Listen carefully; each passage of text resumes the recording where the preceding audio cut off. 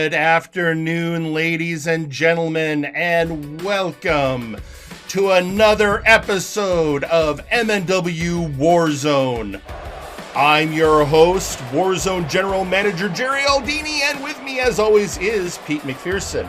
Now, Michael Montoya can't be with us today. He was not medically cleared to announce.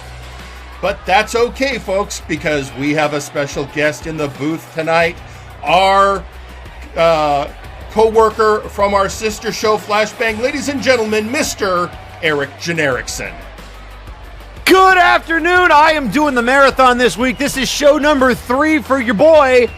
Woo! I'm still hanging in there, though. That's good. How are you, Jerry? I'm good. I'm feeling good. It's always good to have you in the booth, Eric. And especially because you don't get as nervous about some things as Michael does. Well, yeah, because Doom is not on this show. No, and you know, you don't antagonize them. So I've learned my lesson. I've seen Kevin Blackwell do things at an announcer's table that should get a normal man suspended. We almost had that with the Beef last week when he lost to Wilson in the semifinals of the Kings Road tournament. Speaking yeah, finals this week. Finals, as I was going to say. Speaking of which, last night on Flashbang, you crowned your number one contender for the heavyweight championship at Multivania with the Black Prince Jack Andrews going on to face Victor Vicious at Multivania. Well, tonight, we're going to figure out who takes on Zach O'Duel for the Multiverse Heavyweight Championship when Nice Ice faces Wilson in the finals of the Kings Road tournament. And it's going to be a hell of a matchup, but something in my gut tells me that I'm back on Friday nights, because is that a showcase match we have coming up? Well, sort of. So we have you recently stated that the tradition established last year, you're going to have another King of the Showcase match at Multivania. That is correct. We take 8 of the biggest and brightest stars, the people who have the best showcase records that are not currently on the card. Last year, Lasume won the King of the Showcase, so Lasume will defend that crown against 7 other of the top showcase winners in a showcase match for the ages. Well, so we're going to do something a little different at Multivania this year. We're going to have a mystery in the bank ladder match. It's a ladder match, there'll be a contract, but you don't know what it's for until you win it. Is it for sure a contract, or is there potentially a chance that you could open it and be fired? Because I've seen that done, and I don't know if I agree with it. No, I find that, you know what? Never would I do that to my roster. So, no, it's a contract. You just don't know which belt it's going to be for until you win it. I mean, I guess that's fair. Wait, it could even be for... No, I guess it couldn't be for one of our belts. That would be terrible. I shouldn't have said that. But maybe. No, that is not. Jerry, don't you do this to me. We'll work that out later. But so tonight we're going to have a little preview. So instead of a showcase match, we're going to have a ladder match for, let's call it, a golden opportunity. Grab that golden ring. So with that, I think the smartest thing to do right now is let's head down to ringside.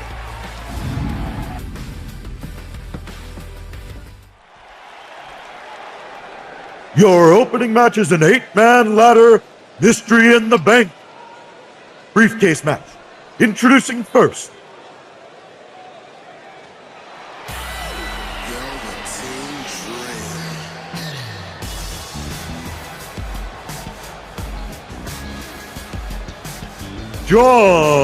Tristam. And Eric, I don't know if you had a chance to see any tape on Jaunt Tristam yet. He is one of the 2 rookies that recently joined the Warzone roster. I'm vaguely familiar with Jaunt, but I haven't had a lot of experience watching tape on him, so this is going to be an experience for me. Well, imagine, year 1 Flashbang Wilson, but he can back up everything he says.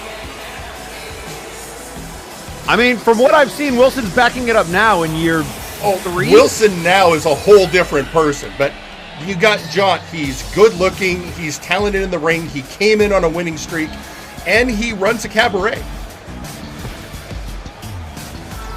If there was going to be another dance-off this year, he'd be in it.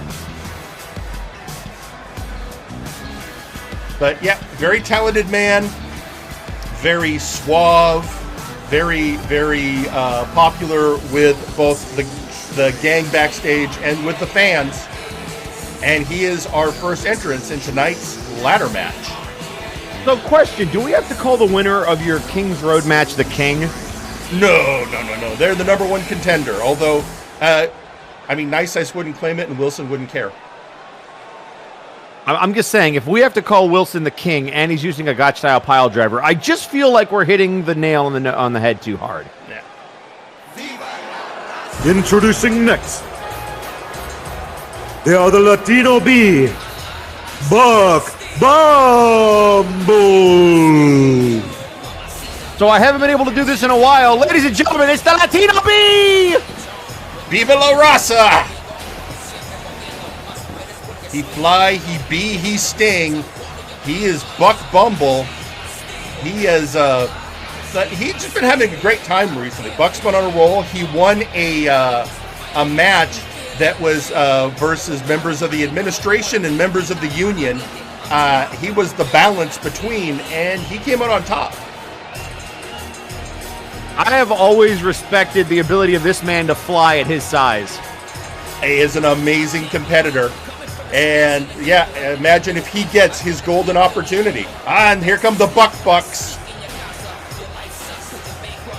Did you just call them Bucks? That's what we've been calling them, Buck. It's got a picture of Buck. What do those get you exactly? I mean, they're just, the kids love them. Well, in these trying times, it's extra toilet paper. I mean, if that's what you need to do. It's hard out here. Next, Gunner Birch. Representing Omega Club, Gunner Birch. He and his partner Whitney Lee recently had what has been called the Bro It Out match. They'd been not on the same page. So Kelly made them get into a match together to work out their issues. And it ended with them renewing their friendship and their camaraderie. And now Gunner is out here to win that golden opportunity, whatever it may be, for Omega Club. So is there a contract in that briefcase? I would be telling. It's a golden opportunity, Eric. It's a golden opportunity. What is... I don't know what that means. That's it's a surprise. You're not the kind of guy who opens his presents before Christmas, are you? Totally not. And introducing fourth, they are the Terror Angel, Fearstrykes.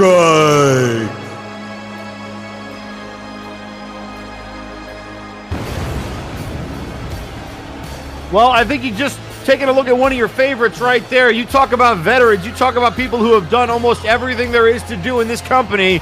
Fearstrykes has done it. He has. Former Nexus Titan champion, former tag champion, first person to realize the Faces of Fear was sinking and to get off the ship. And just always an impressive force to be reckoned with. I mean, we have so many demon and eldritch beings, and then we have the scariest one of all is, the angel. So just out of curiosity, Jerry, what else do we have coming up tonight? I know you mentioned the music's gone. Yeah, we know what that means. Well, we are having a 8-man, 4-team, Falls Count Anywhere Tornado Tag Team Elimination match to determine the number 1 contenders for the Unified Tag Team Championships tonight.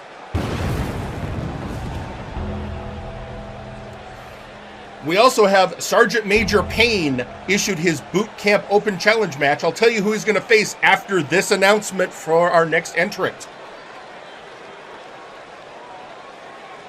And introducing next,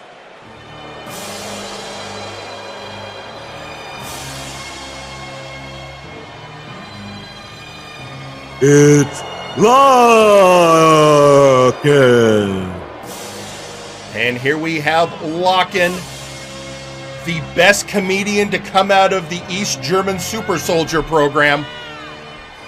That is oddly specific. It really is. Anyway, I was mentioning the Sergeant Major Payne's Boot Camp Open Challenge match. That challenge was accepted by Blood Money's own delinquent, Nakano Kirishima.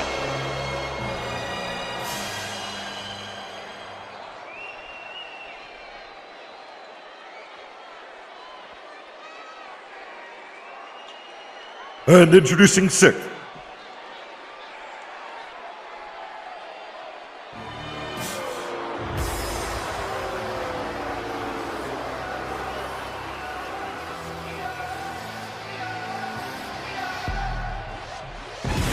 the Scorpion, Jack Abbott.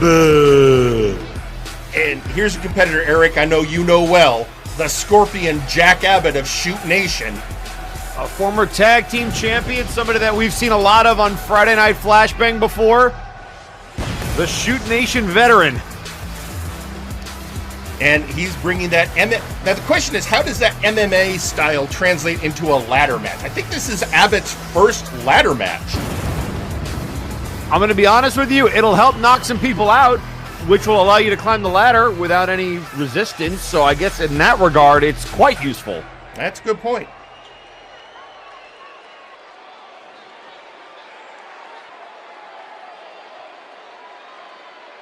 And introducing next, representing High Voltage, they are the future Aiden Xero. And here he is, ladies and gentlemen, the cyberpunk prodigy himself, a man who you had to teach what a tree was, Eric. This is true. I had to explain to him what a shark was. One thing we don't have to explain to him is how to climb a ladder. No, he's done this before, and his teammates in High Voltage are one of the 4 teams in that Tornado Tag Team Elimination match to determine the #1 contender. Which I'm sure they're looking for that opportunity after losing their series against the 3 Kings, who, by the way, are also in that Tornado Tag Team Elimination match. Well, 2 of them are at least. It's true. It's no one's surprised. It's the Bell Brothers. Ginger Boy. Well, that would be because we've been hearing that Ginger Boy's been running his mouth on this show recently about us. Well, there was a little bit of that. He was responding to something Graven said, and that's heating up.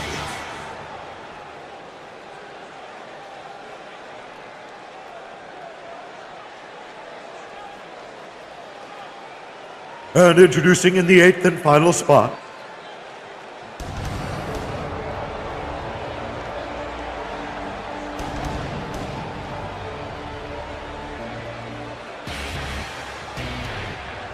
they are the Dagarik.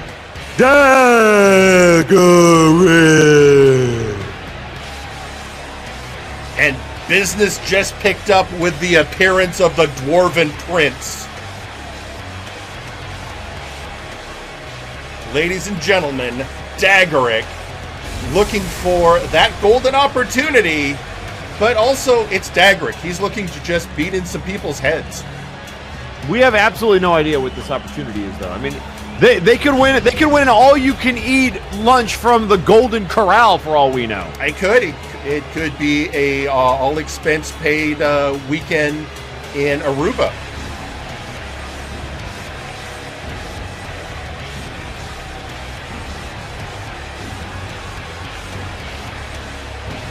Either way, Golden Corral, all you're really going to get is the soft serve ice cream.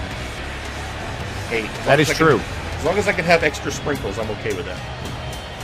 Soft serve ice cream is delicious. Hey, no, I'm agreeing. And here we go. All right. I'll be honest, I am not surprised to see Dagarik and Aiden Xero immediately go after each other. There's a lot of emotion there, a lot of history.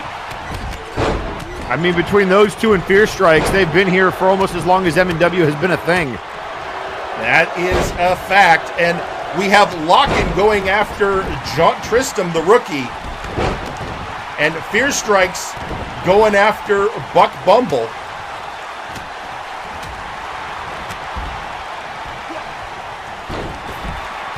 And already it's interesting matchups occurring. Who do you like in this match, Eric?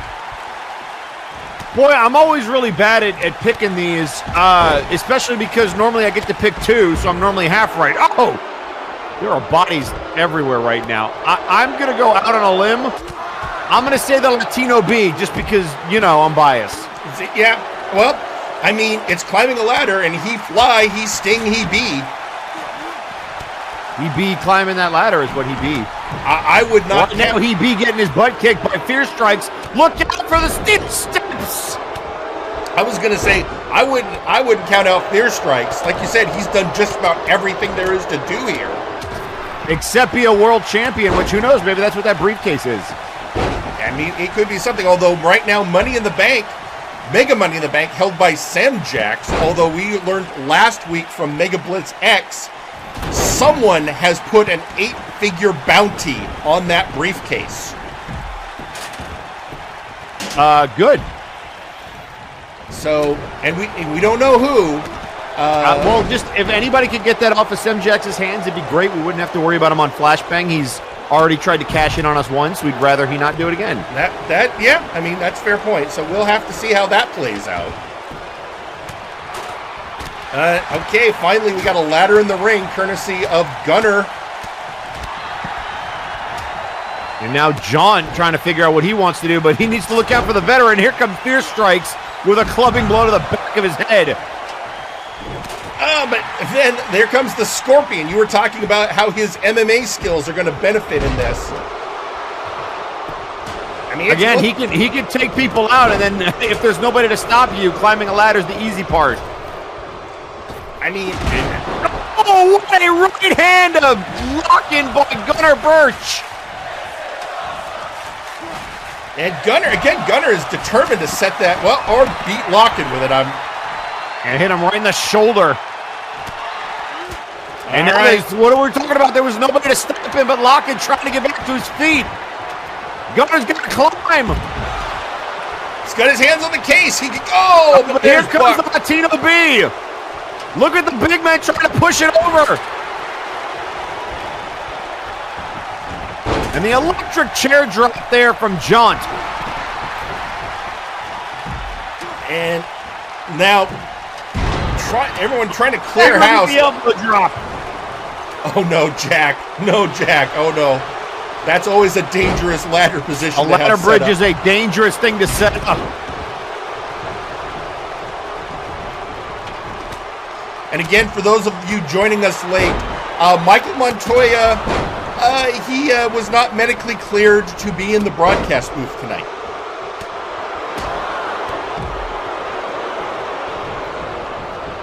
Apparently, he had a doctor's note. Yeah.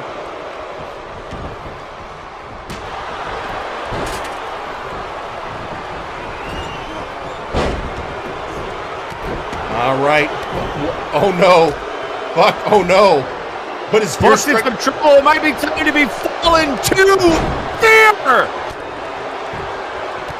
Oh, and immediately lariat by Lachen, thrown out by Jack. Got to be aware of your surroundings. Oh! And Abbott tossed onto that.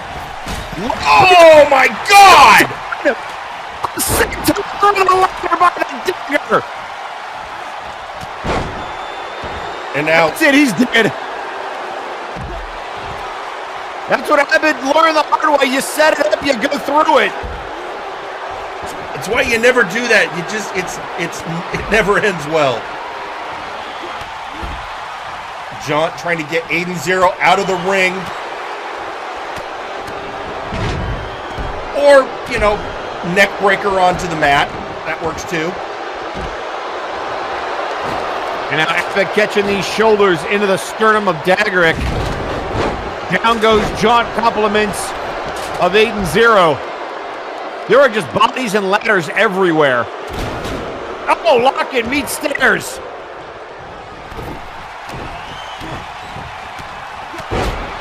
Oh, I think Buck is busted open. Yeah, he might be bleeding honey. Oh, and Aiden with a ladder shot to Trist.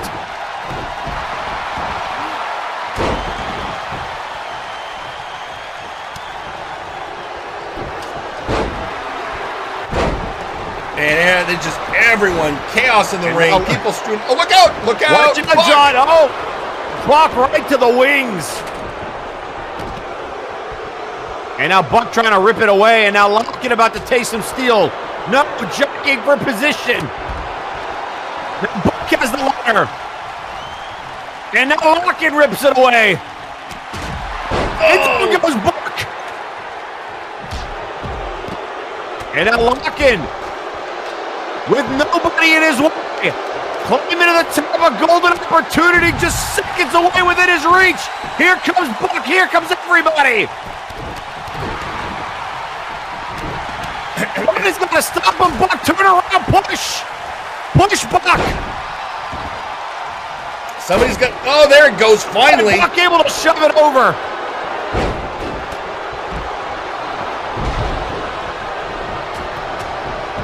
And now Aiden and Jaunt outside. Fearstrykes dealing with Gunner.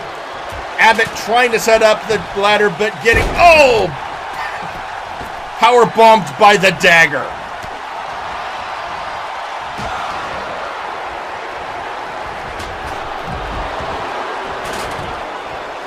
Ladies and gentlemen, when we use the term chaos in the ring, this is what we mean right here. Yep. And now Dagarik ripping that away from Buck Bumble. And here we go again. It's so important. If you can, there goes Dagarik, and that's why Buck, all you gotta do is set it up. Make me look good. The Latino B gonna fly. He's setting up. He's stinging. He beat grabbing that briefcase. I think Lachen is finally noticing what's happening. He's got to push the ladder over. Here comes Gunner. Latino B trying to undo the latch. Come on, Buck. All right. Lachen's doing the only thing. Trying to hit him in the back. That's it. Lachen hit him in the stinger.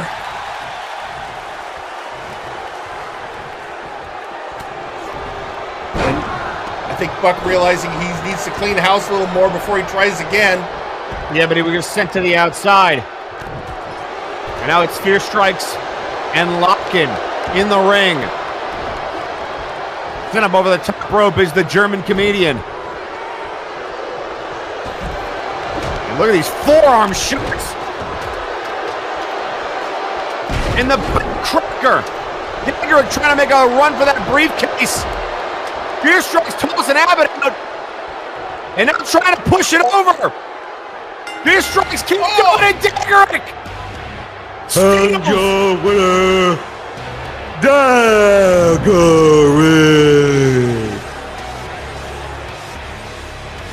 Well, there you go. There it is. That golden opportunity won by the Dwarven Prince, Dagarik. As for what's in that briefcase, you'll find out. We'll explain that next week. Dagarik's got to go now and get somebody to unlock the case for him. And there you have it, ladies and gentlemen, our opening match. And so, of course, Eric, as we had pointed out in that match, we had one of our rookies in there in the form of Jaunt Tristam, but he's not the only newcomer to the MNW roster of late. We also have a new wrestler by the name of Alistair Evergreen, who recently joined, and we are now going to hear from him. Let's go to Alistair right now. Let's get introductions out of the way. You can all just call me the hardcore ace of MNW. And in case you didn't know, I'm the king here. A lord of every Lachen. But first, let me congratulate Whitney, Gunner. Love what you guys did. You were awesome. Can definitely see why my dad likes you so much. Anyway, so, back to who I am. See, the reason that I'm here is because I can't stand not feeling the pounding of my heart, the clashing of my will. I love it. But so far here, all I see is disgrace. I mean, come on! An otaku butler and a group of dancers. If you all want something to fear, let me give you something to fear. Because I'm Alistair Evergreen, the king of Lavaria, and the most brutal person you're ever gonna meet. And you are gonna remember my name clearly. Did he say he was the king of Lavaria? It sounds like something from the Tales of Arise game. I don't maybe. know. I'd like to see some certification on that. If we've got another member of royalty in the roster, that would be important to know. Well, congratulations! You got yourself a plucky young male hero protagonist. Oh boy, and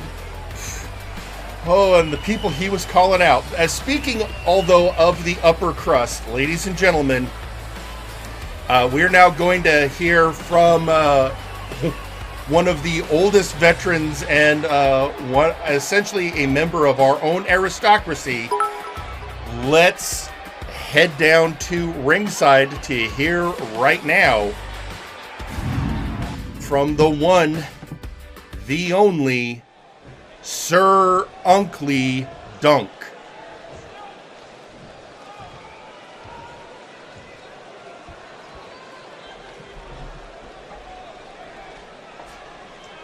Yes, you may heap your praise as you see fit. I will accept all tithes and offerings. But that's not why I'm here right now. No, I have something very, very important to address. It's very personal. So please respect what you're about to hear.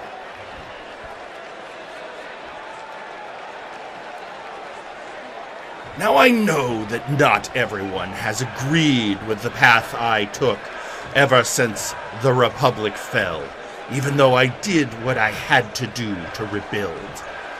But the one thing that has hurt the most was the abandonment of my one-time good friend, the leader of the Republic. The man who now functions as your janitor. But, janitor, I got the message you sent last week. I received your apology, old friend. And I want you to know, I accept your apology.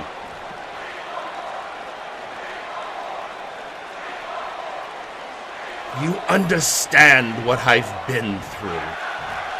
And I appreciate the words you said.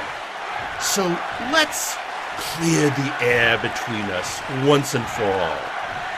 And by that I say, apologies are great, and I accept. But let's put the capper on it. And there's only one way. For we are wrestlers. And wrestlers, even if it is the form of an apology, it should be dealt with in the ring, as is right and as is proper. So, my old friend, let us have one final duel at Multivania. But I have one request. Not a requirement, a request. Come in your former glorious form. You know, I don't think if you had told me that Unklydunk was going to accept the janitor's apology, I would have called you a liar to your face. I would have said we're in an alternate reality. Maybe we are. Maybe we've skipped a timeline. But the Sir Unklydunk requesting a one final match to settle matters between him and the janitor, but requesting that the janitor come as, okay, you know what, I'm not going to shy away from it for once. He's asking the janitor to come out one last time as Probanaga. Well, that's physically impossible. You can't be another person. So now the question is whether or not the janitor will agree. So we're going to have to... Does the janitor know Probanaga? Are they like friends? Do they text? You know, you know what, Eric? I'll have the graphics department put together some charts and graphs for you. I'd appreciate that, because right now it sounds like he's acting like Cactus Jack to come out as Dude Love, which they're different people. That's not how it works. I mean, that's fair enough. Well, while that's been going on, of course, social media, as always, is blowing up.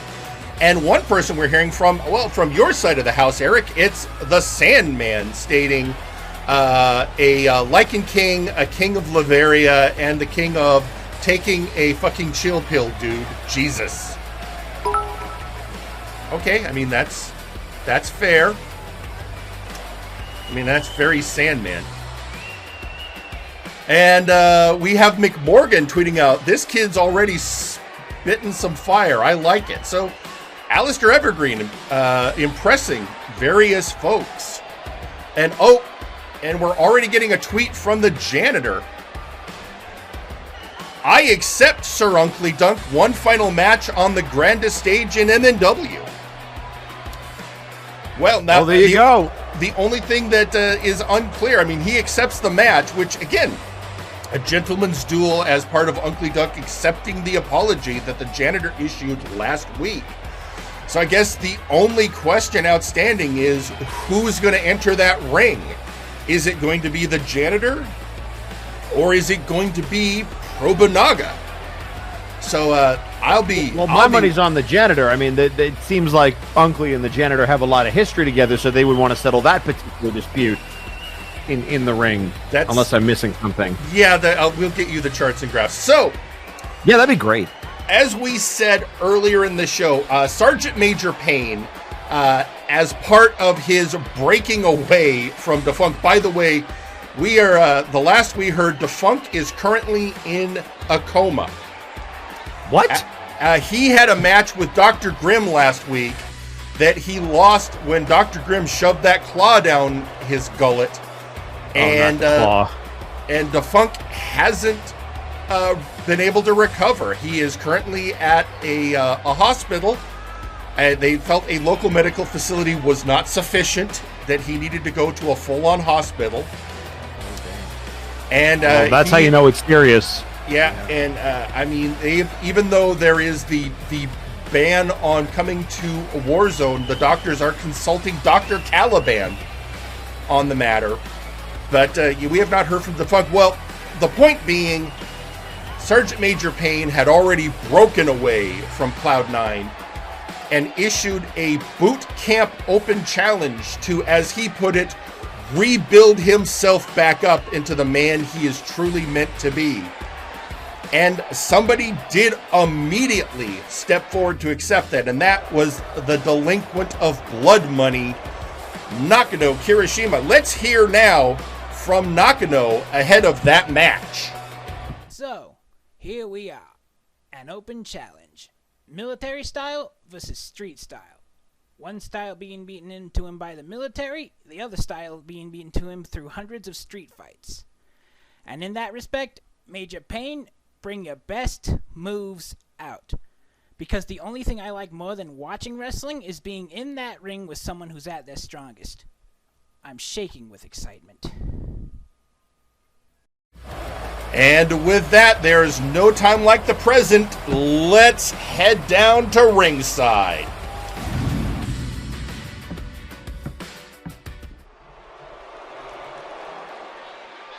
The following match is scheduled for one fall. Introducing first, Nakano Kirishima.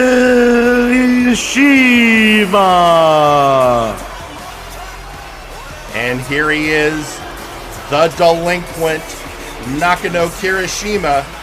somebody who Sergeant Major Payne actually knows very well.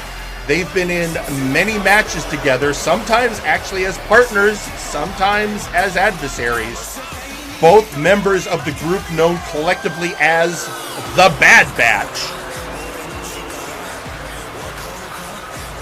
And Nakano, of course, recently won that training match between himself and Mr. Butler, showing that all of his hard work has been paying off. But is it going to be enough to overcome the unknown soldier? And introducing their opponent,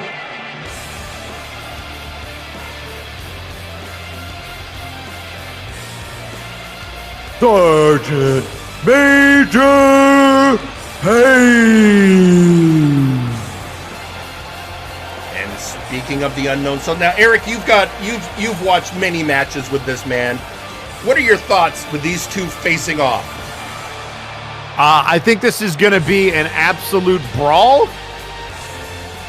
The resiliency of Sergeant Major Payne I've seen over and over and over again, dating all the way back to his long-anticipated blow-off match with Beowulf. Those two beat the absolute hell out of each other. And Nakano Kirishima is no slouch himself. I've seen him in showcase matches. I've seen him in multi-man matches. That's another guy who could take a beating. So my question is, which one of these two is going to give up first? And you might have to hit somebody with a brick to keep them down. I mean, and I do mean a literal brick. Sadly, not a hardcore match. Although we will be hearing later tonight from our number one contender for the Warpgate Hardcore Championship, Power Surge.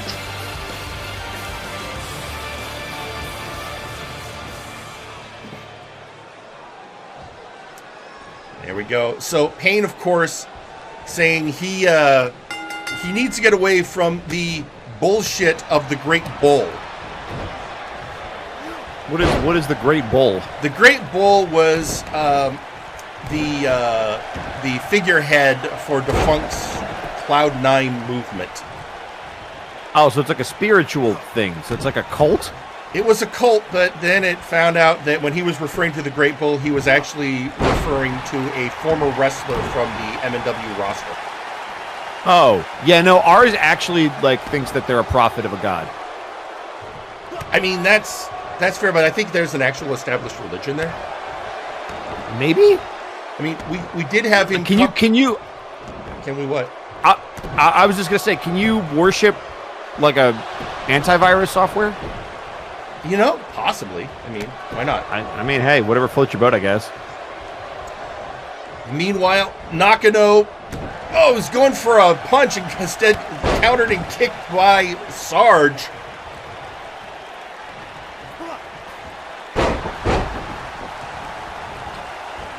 And now, working on that leg.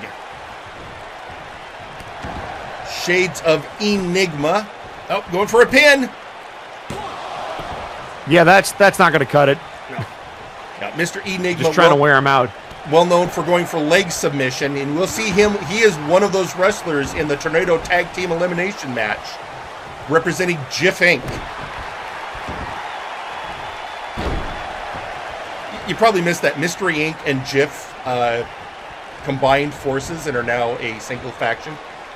Does that mean that Seth Jackson is teaming with Scooby-Doo? I mean, if Scooby-Doo were ever show up again. I'm glad that you said again. You remember your history. I do. I remember I remember the Sheepdogs. The Sheepdogs were a great tag team, and may they live forever in MNW lore. But it does leave the question of who is going to be Nakano's, or not Nakano, we're watching him right now. Who's going to be Mr. Enigma's partner? He's got 3 people to choose from. Oh, what a gut-wrench powerbomb on the outside. And back into the ring. Going for the pin. I like the quick cover. I know it's only a 1 count, but after that gut-wrench powerbomb on the concrete, make an immediate cover, make your opponent kick out. Ring savvy on display by Major Payne. And I think this is good. as Payne pointed out, one of the reasons he and Ignacio split from Cloud9 was when they realized Defunct was just using them as flunkies to build his own career, and that they were getting just the scraps. Well, what happened to Defunct? That is not the Defunct that I remember, who this time last year was in a dance contest. The best people can think is, he snapped. Just all those years of being overlooked and passed over. Even though he did hold the big oof for a while, just finally broke him.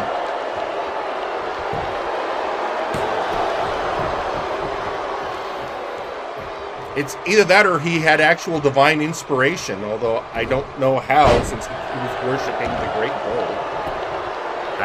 Again, the ramblings of a madman. See, that's the difference. At least Lionel Matrix is consistent. I suppose that's fair. Although he did just kind of, for those of you that do watch Friday Nights, look at this. Oh, what a kick right to the chest. That might do it. 2 and a or not. Again, Nakano's been doing some great work lately. I mean, Nakano is no pushover. He has proven that in a recent history. This is actually, if Payne is looking to rebuild himself, this is a great first matchup. And now Kirishima has bad intentions in mind. Payne out on Dream Street. Look out here. Oh, the kick right to the head. Good night. And going for the pin again. Could this be it? 2. It is. Got him. And your winner, Nakano Kirishima. What a devastating kick by Kirishima. Well, and you know what? Payne said, win, lose, draw. I need it all. Oh! Hey, wait a second. Come on now. This is unnecessary. I mean, this was a... What the hell? Why? Kirishima with absolutely no self-control, attacking Major Payne after the bell. This was supposed to be an open challenge just for Payne to start facing, competitors to help him rebuild after everything that happened to him with Cloud9, and Nakano, who's been doing great work, and now all of a sudden he just goes straight after. Why? You won! You won! All right, well, that's disappointing. Meanwhile, as always, social media, always, you know this, Eric, you read the posts, always blowing up. Bumble tweeting out, congratulations to Dagarik on taking the briefcase. I'm looking forward to seeing what it leads to.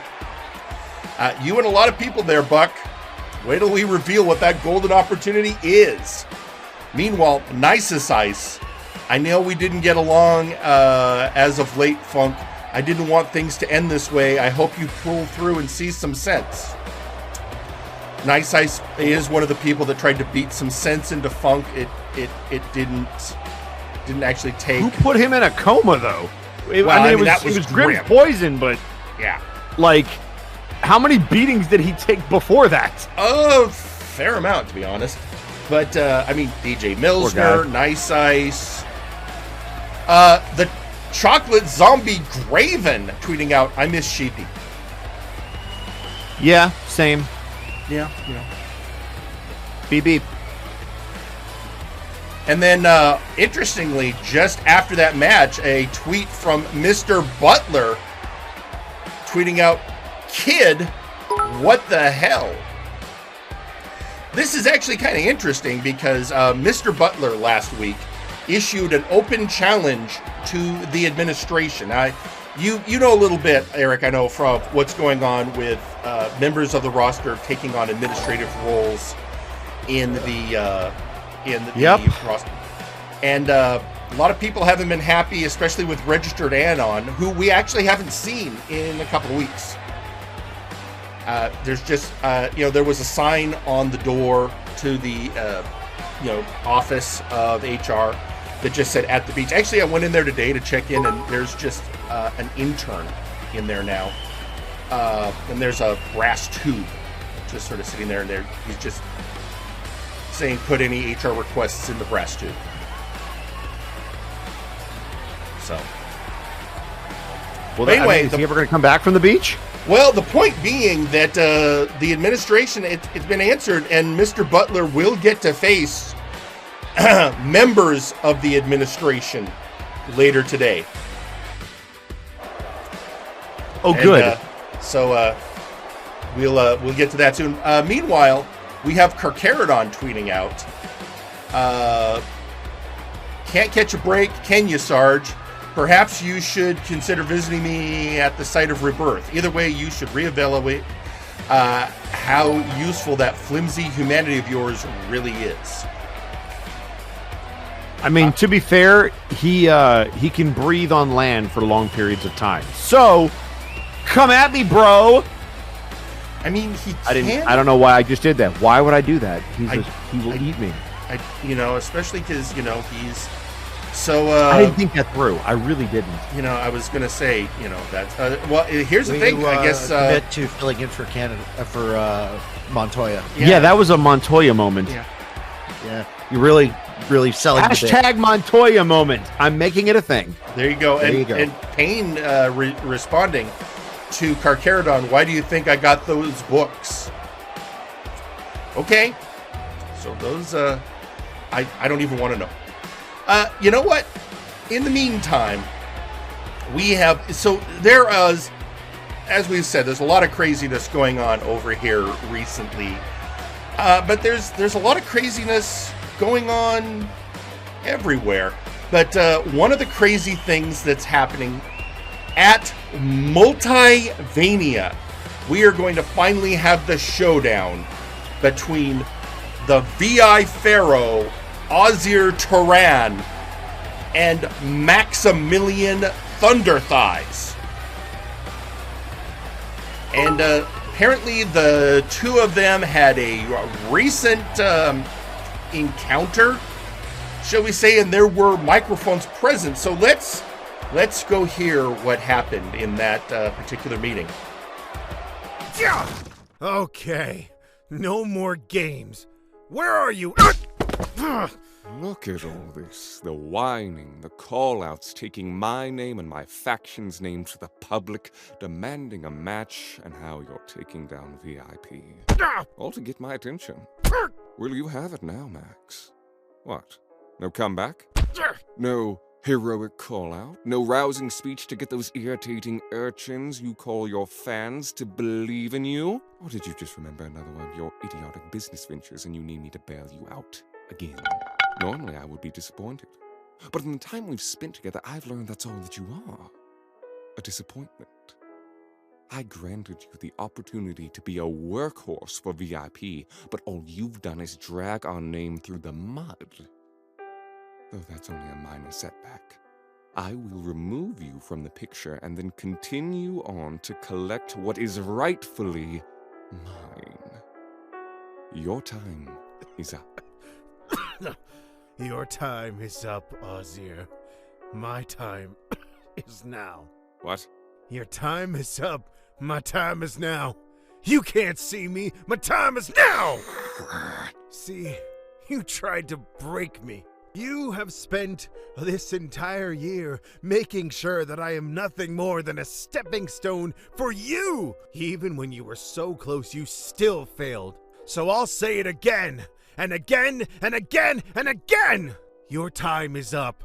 My time is now. Ah, so it's copyright infringement. I didn't think even you were that dumb. Your time is up. My time is now. My time is up. My time is up. My time Maximilian. My time is up. Silence! My time is up. My time is up. My time is now. That's all you have. Constantly repeating someone else's catchphrase, dealing with you is the single biggest mistake I have made. I should have let you rot on your debts. I would have been a world champion if I hadn't wasted my time with you. Then why don't you prove it? Let's put this hell of a year behind us and end it all at the biggest stage, at the biggest time. It isn't your time. It's my time now. I'll see you there. I don't know what Xero was upset about. Max was just quoting his entrance song. I think that's exactly what he was upset about. I'd be impossible. And I think Max has just found a really great way to get under Azir's skin, which Azir's got to be careful about if he expects to win that match at Multivania. I mean, on the other hand, he is Azir Turan. I will never bet against Azir Turan. I can't do it. Yeah, but Maximilian Thunderthighs seems determined. Meanwhile, you know who else is determined? Our #1 contender for the Warpgate Hardcore Championship. Ladies and gentlemen, let's now hear from Power Surge.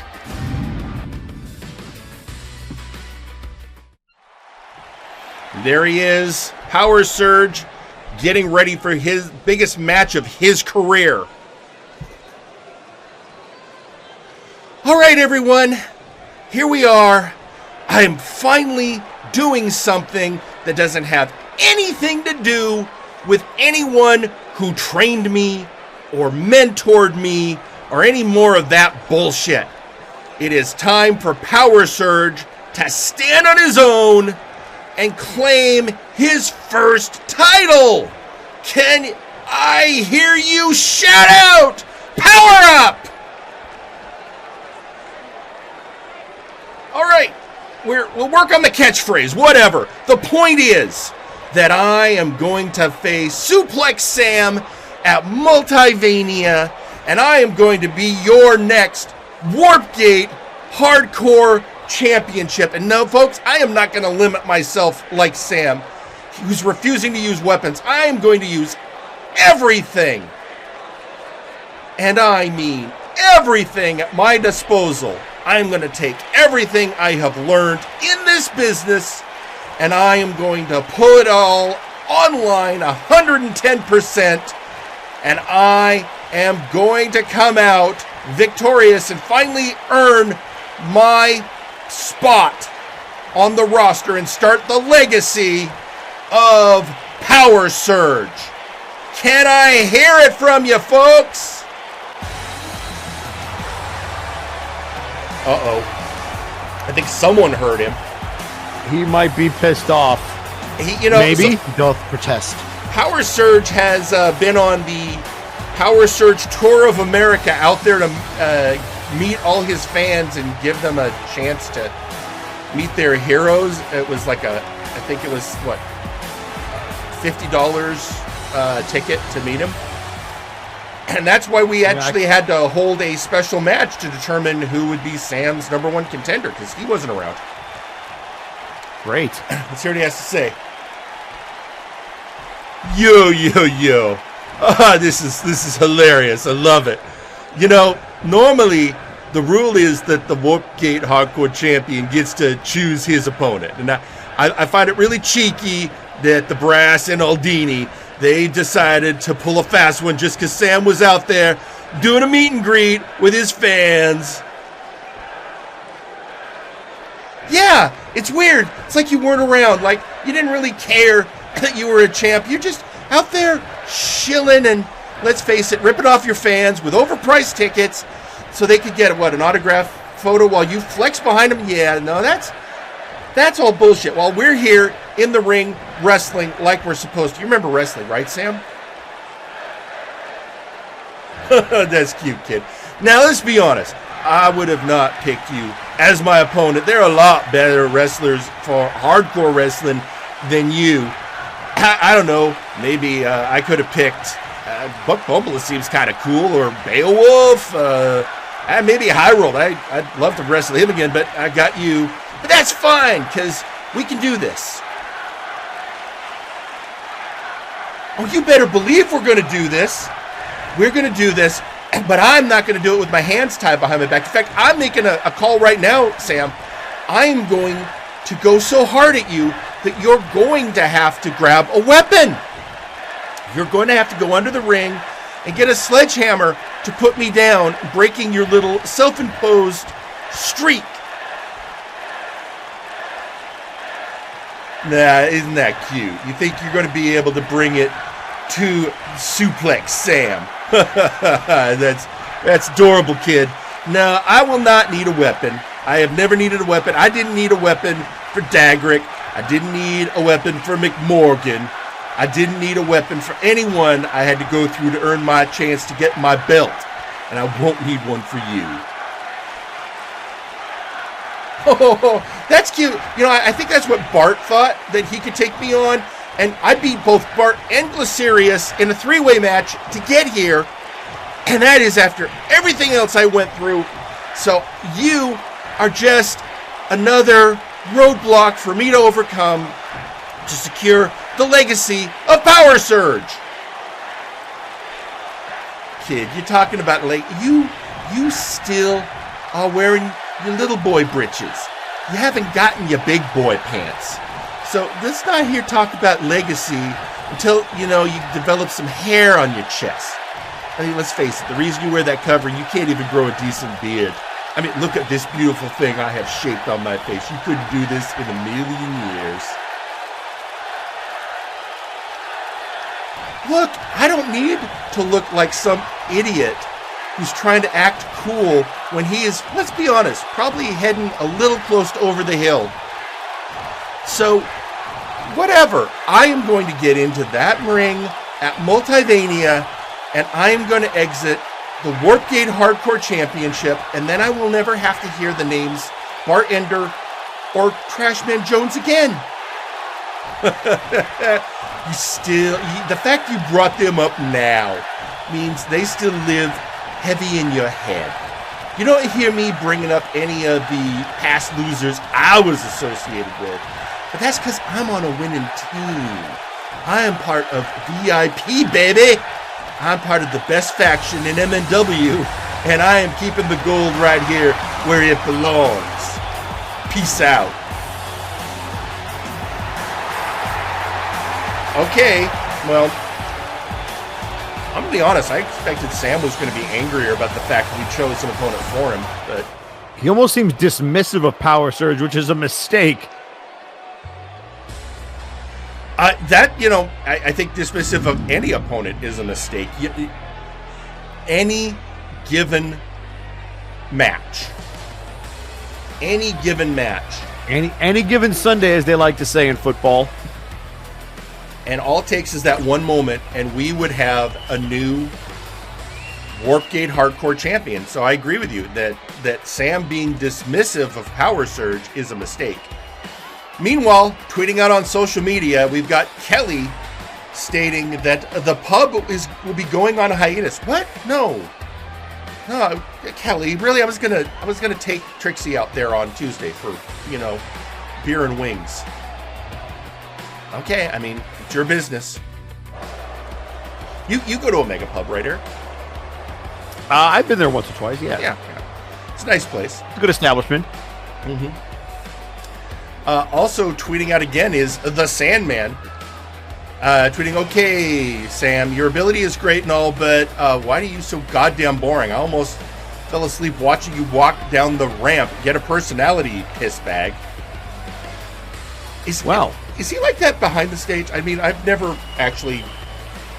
I'm trying to remember back when I was your road agent on Flashbang. Was he always like that? Who, Sam? Sandman. Oh, yeah. I feel like he was, yeah. All right, fair enough. He gets really upset about our roster. Which I appreciate. He's got a lot of hometown pride. Okay, I mean, that's fair enough. What's this from Kelly? Wait, was he able to say his full name, Trashman? I mean, Trashman, we don't ignore our history here on Warzone. We have a lot of former wrestlers that had huge impacts. There was Trashman Jones, there was Lucius Constantine. I think Grizzly Adams. Grizzly Adams is still on the roster. Oh, Probunaga. Probunaga's still kind of around. Is he? I have not seen him in forever. Burnout Vaughn. Burnout Vaughn's on your show now. Yeah, he showed up last night, which was... did. Oh, he almost was boy. your number one contender. Yeah. So, yeah. Oh, and of course, don't forget Croc4. Nope, can't forget about him. And of course, the MVP. Who? He was champion for a long time. Huh. And you know who else I kind of miss, even though I have his job now? C-. Well, you're an A+ in my book. You know. Meanwhile, so I mentioned earlier that we're about to have a match that was a open challenge call out by Mr. Butler on the administration. But before we get that, we received some audio from the administration. Let's go listen to that now. Oh, I can't believe I forgot Peng-Chi. Yeah, and you know, Peng-Chi was great. I you know, if there was one person I could get back on the show, I'd love to have Peng-Chi back. Wouldn't that be great? Peng-Chi would be great. I would love to get a Penguin back on the show. Oh yeah. Meanwhile, let's hear from the administration. Here we go. Mr. Wheeler. Mr. Wade. Do you have a minute? Have a seat. What can I do for you? This administration thing is falling apart. You see it too. Like I said, you can't bring order to a place that runs on chaos. Especially when it's run by someone who... has more issues than Marvel and DC combined. Exactly. The thing is, it wasn't a bad idea. Too many conflicting personalities to get anything done. True. But with Anon and Sawyer MIA, Alba busy watching VIP breaking apart, and the Outlaws being hunted, that just leaves us minding the shop. That sounds odd coming from the man whose morals keep getting in his way. Says the person I've never heard lie before. Pardon? You may be blunt, but people always know where they stand with you. You know, small changes spread out like ripples. They'd never see it coming. You know, I believe we can come to terms, Forrest. So do I, Gordon. Drink? Thanks. And with that, you know what? Let's go down to ringside and let's see what this particular match is going to be.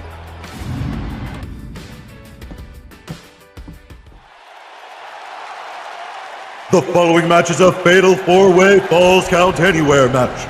Introducing first, representing Blood Money, Mr. Butler. And here he is, Mr. Butler, man who called out the despite everything. Yeah, Blood Money's not been happy with the administration. They feel that they are screwing things up and are costing them money. And so Butler decided to step forward on behalf of Blood Money and call them all out. And that's after the janitor formed a union, which is something else Unklydunk unhappy about, which he actually blames the administration for. So, I mean, I guess I can empathize. Yeah. So Butler called out the administration, so this is what we're getting. But when he called out the administration, they answered. And since this is a four-way match, when I say they answered, I mean they answered. All of them? Well, a lot of them. I mean, there's only 3 of them, but that only leaves like a couple out. And introducing next, Oh no.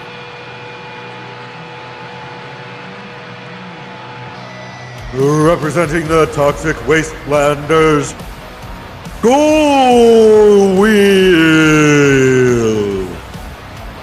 So first off, ladies and gentlemen, the head of the legal department, Gore-Wheel. So, yeah. He in fact had been recently calling for some disciplinary action against various people, and I think this might be it.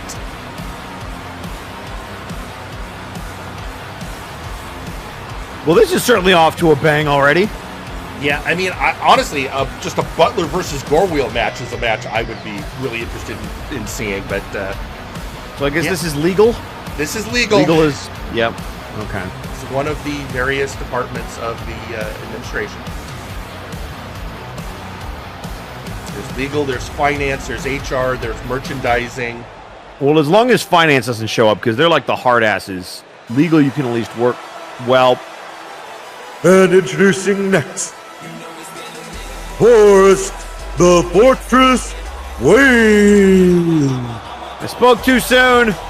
Just a little bit. There he is.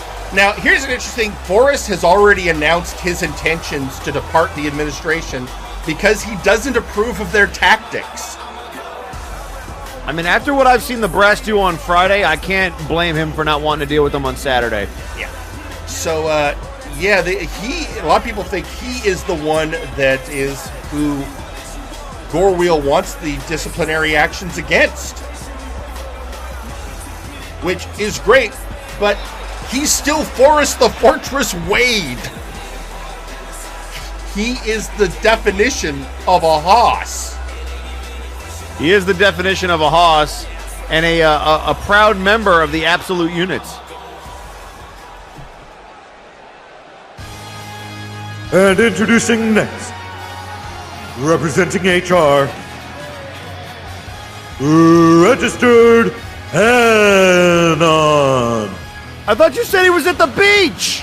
Well, I mean, it looks like he's wearing beach wear. We've seen him in this. This is kind of weird, actually. He came out recently to confront some accusation. You know, after he made that whole accusation of he was putting out the Big Papa Plutonium against Zacko Duo because he felt it was inappropriate that a robot was holding our main championship. He wanted a human. But when he came out dressed like this, he acted like he had no idea what that was about, that he'd never said that. And so it's what is this song right now? Why is this happening? You know, it's really been confusing around Registered Anon lately. Whenever you talk to him, there's times when he like doesn't remember previous conversations, and you know, when he's dressed like this, he acts like he's some kind of surfer dude.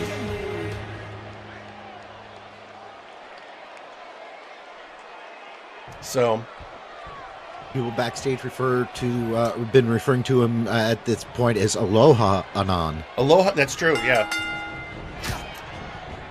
And right off the bat, so Forrest going after Butler, which makes it's the big men. And meanwhile, Anon going after... Anon doing some squats with Gore-Wheel. Now, here's the thing I thought they'd all three gang up on Butler. They're all the administration. But that's not what's happening here at all. Well, in fact, the two, I would expect Forrest and Butler to want to get a piece of Gore-Wheel and Anon respectively.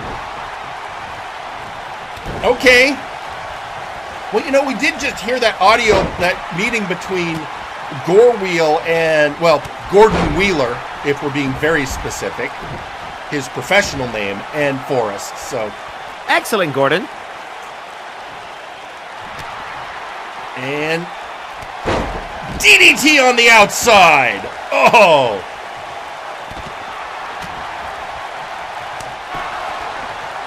So looks like falls count anywhere, so this is, you gotta really have your head on a swivel.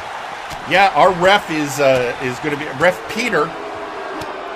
Is got his hands full. It's been a good night for Peter. He hasn't died once. That is good. Yeah. Yeah, but you just jinxed him. I hope you know that. True. One count. That brings Gore-Wheel and Anon back into the ring. I think Gore-Wheel realizes he needs to be nearby in case there's another pin attempt. And a jawbreaker by Butler. Butler, who's not just channeling his rage on what the administration is doing. I think he's also channeling his rage about all the news coming out about the One Piece adaptation on Netflix. I don't know what those words mean. Maybe you pain, Eric. They mean pain. Yeah, it means it's an anime thing, and it's something that Butler takes very seriously. And that's all we got it. Yeah, I never heard of One Piece. Sorry. Yeah, that's fair. I had to have my niece explain it to me. And here comes Anon into the cover, Wade back into the ring trying to break it up, but a kick out by Gore-Wheel. I mean, now this is what I would have expected to see. Look out here. Look at the power bomb. Oh, sit out variety, a Liger bomb. And here comes Anon after the big man. And now it's just Butler's in the ring and the admin guys are going after each other. Yep. Maybe they're fighting over who gets their hands on Butler? Question mark? At this point, I have no... And now everyone's, okay, back in the ring. We're back to the original pairings. Oh! That spike pile driver!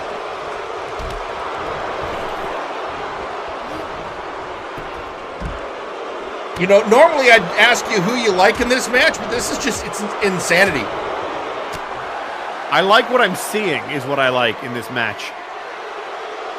I'm just going to say... Oh, wait, Anon doesn't see it. But we could be about to see the bloody ending. Gore-Wheel dropped on his neck. And Wade and Butler on the other side of the ring. They're not going to get there. Oh, what a kick out. Kick out just in time. Oh, and then he got clobbered for his troubles. And now Butler looking to take advantage. And now Butler is the only one standing. And there's the big elbow. And Anon trying to steal the pin. That's not going to work.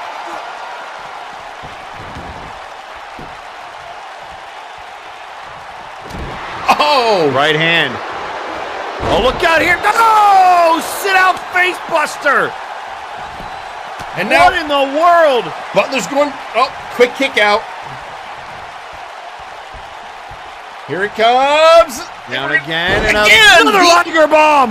That is, he could refers be to it. Butler's throwing a kick out. Forrest calls that the audit.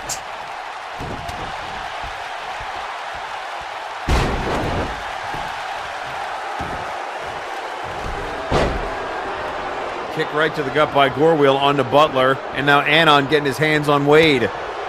Forrest. Oh, look out here. Oh, the wasteland slam and the senton. Into the cover. 1, 2. Oh, Anon didn't see it. Anon tried to do that innovative offense, and Gore-Wheel picks up the win. And your winner, Gore-Wheel. All right, well, Butler had his open challenge. The administration responded, but I think if I've taken anything from this, the administration is not on the same page. Clearly, I mean, legal and financing are always going to have issues. That's true. And we don't, I mean, for an HR representative, I mean, maybe... You always get the worst of every department. But was it like Casual Saturday? Casual Saturday. There you go. And tweeting out on social media, we have our own Joe Mojo of Firing Line tweeting out, are we going to ignore the fact that we had two Anons arguing in the ring? I'm still trying to wrap my head around that. When did that happen, Joe? Pete, you remember anything about? No. You know what he's talking about? No, we had a long commercial break last week, but that was. I mean, I remember a couple that. Weeks ago, I think. But yeah, and we, like I said, it's been several weeks since we've seen we've seen Anon, and apparently he just came from the beach. So, and also tweeting out as soon as he got backstage, Gore-Wheel, gentlemen, I have work to do. It's going to be long and bloody. I never like hearing that from when Gore-Wheel says things are going to be. I mean, he's still looking for Big Papa Plutonium after that Fallout death match, where they demolished that cooling silo at that decommissioned nuclear facility. They're still sifting through that, trying to see if they can find any remains of the main man. Which I'm sure he's fine. I have heard reports that there has been some very atonal humming going on. Really? Yeah. Okay. All I can say is Requiescat in pasta, fettuccine alfredo. Ramen. With that, I guess really there's okay. We got a lot of, we are well on the road to Multivania. Everyone knows that. Just a few weeks from today, Multivania. 3 weeks exactly to the day. Yeah. Biggest show of the year, and one of the matches that everyone looks forward to every year is anytime we have matches that cross over the Warzone roster with the Flashbang roster. And you announced recently yourself over on Flashbang that the #1 contenders for the Trios belts will be coming from Warzone. And we determined just last week in our main event that the #1 contenders for those Trios belts would be the Murder Cave. Yeah, I'm not happy about that. So we're now going to hear from a member of the Murder Cave. And one I think, fairly well, Mr. Genericson. I pretty much know all of them well because of what they've done to us over the couple of years. Traitor! Sorry. And this one who was on your roster, ladies and gentlemen, the Allfather, Arcolf. Traitor!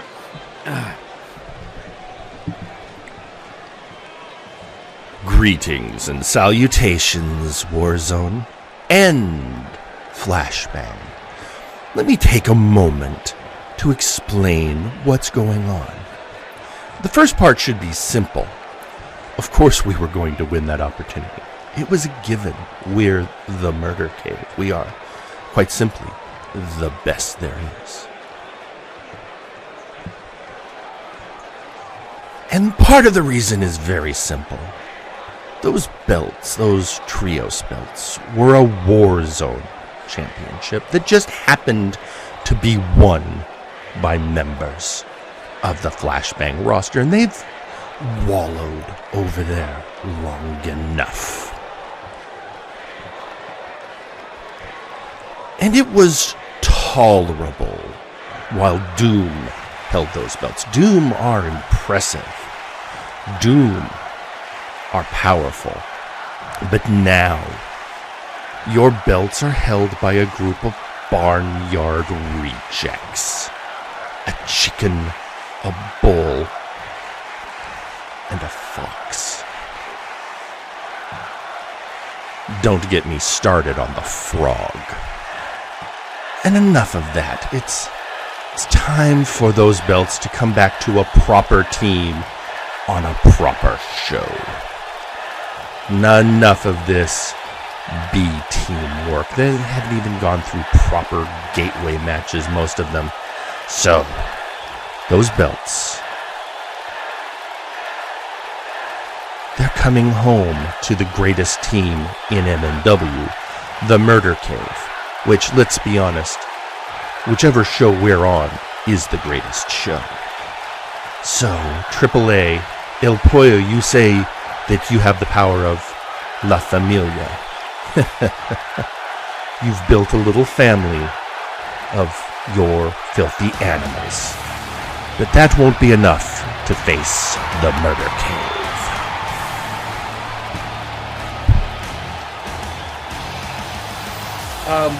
What's he got against frogs? What's that about? Yeah, that's messed up. I mean, Slamphibion's a great competitor. But there you have it. That's the Murder Cave. They are coming after those belts. So with that, hang on a second, Eric. There's a little issue here. Give me a second. I gotta, as you and Rabbit like to say, I gotta twizzle the twazzle. Oh, yeah, that's fair. Standard proceedings. All right, hang on a second. I can get this done. This is fine. Everything's fine. Just waiting for Phyllis. She'll give us the all clear here in a second.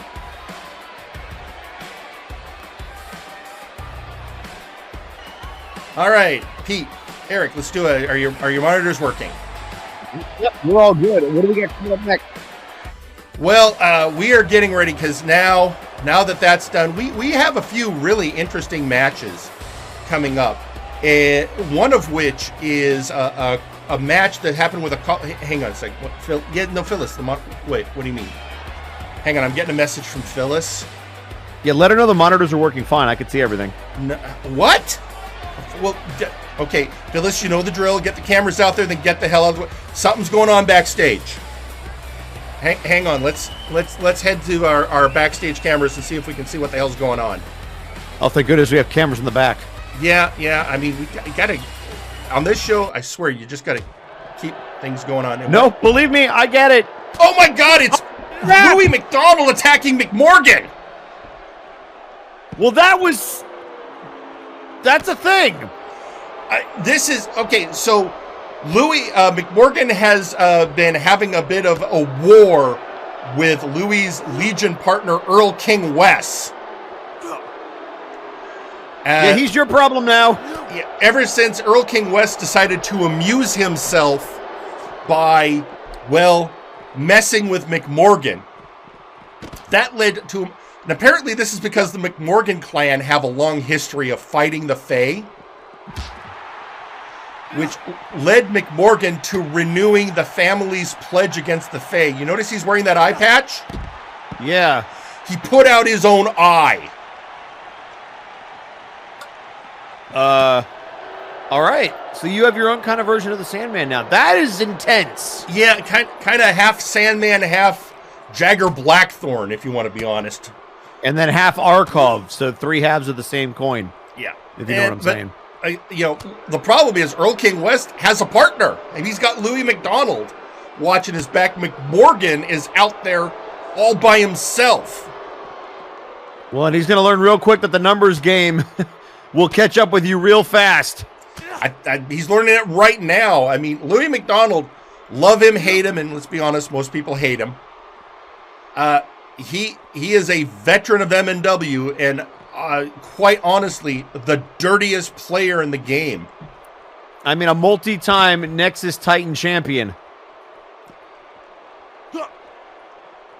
But McMorgan is good at holding his own, but this is still, I mean, who knows when the Earl King could show up at any moment or just provide shenanigans. Well, the fact that he has somebody like Louis McDonald to do his dirty work while he just sits back and watches, it's classic Earl King. And here we go. That's, McMorgan just choking the life out of Louis. Something a lot of people would, I think, want to get a chance for.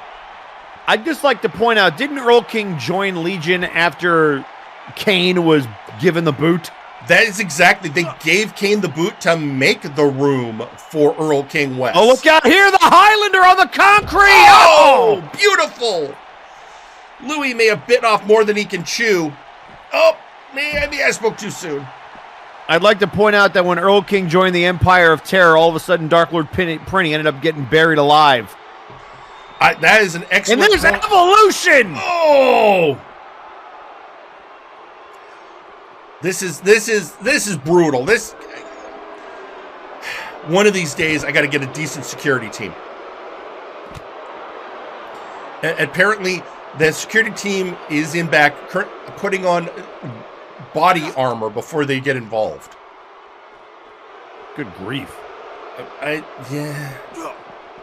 I mean, you know what it's like. So, wait a minute! Beowulf! Wait, what in the world? Beowulf stuck up behind Louis McDonald! Blink and you'll miss it! And now Beowulf trying to come to the aid of McMorgan. Oh, and he gets a double axe handle for his trouble. Maybe McMorgan does have somebody watching his back. And that's the myth made that's the flesh. monitor. Oh, good job. Yeah, get him. Right into that stand-up. That's from that interview area we never seem to get around to using. Yeah, maybe one day. And he gets caught and thrown right back into the set. They put the M on backwards, by the way. Actually, that's for Warzone. Oh, got it.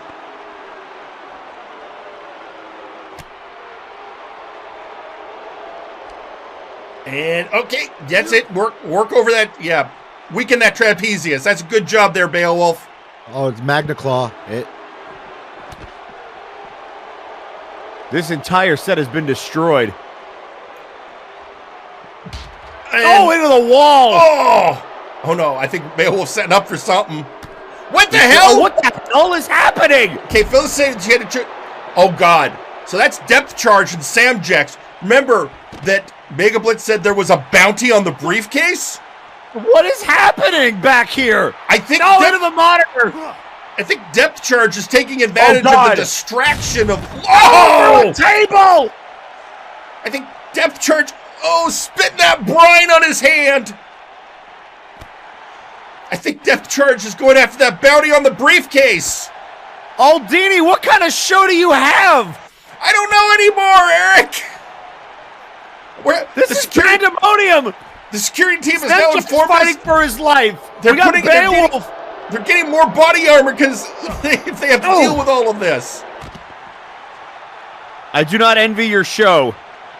Do you want to trade? What is happening? Oh no! Throwing him outside and oh my God! It's Carcharodon! Carcharodon now going after Samjax. He can't get any relief. You know, when Mega Blitz told Samjax about that bounty, Samjax was very dismissive. I'm wondering if he's second guessing that. By the way, I despite this brutal beating, I'm going to point out that members of the Conquest Bloodline are going to be in that tag team elimination match later today. Well, I don't think it's going to be Samjax, at least not anymore. Oh, Jawbreaker.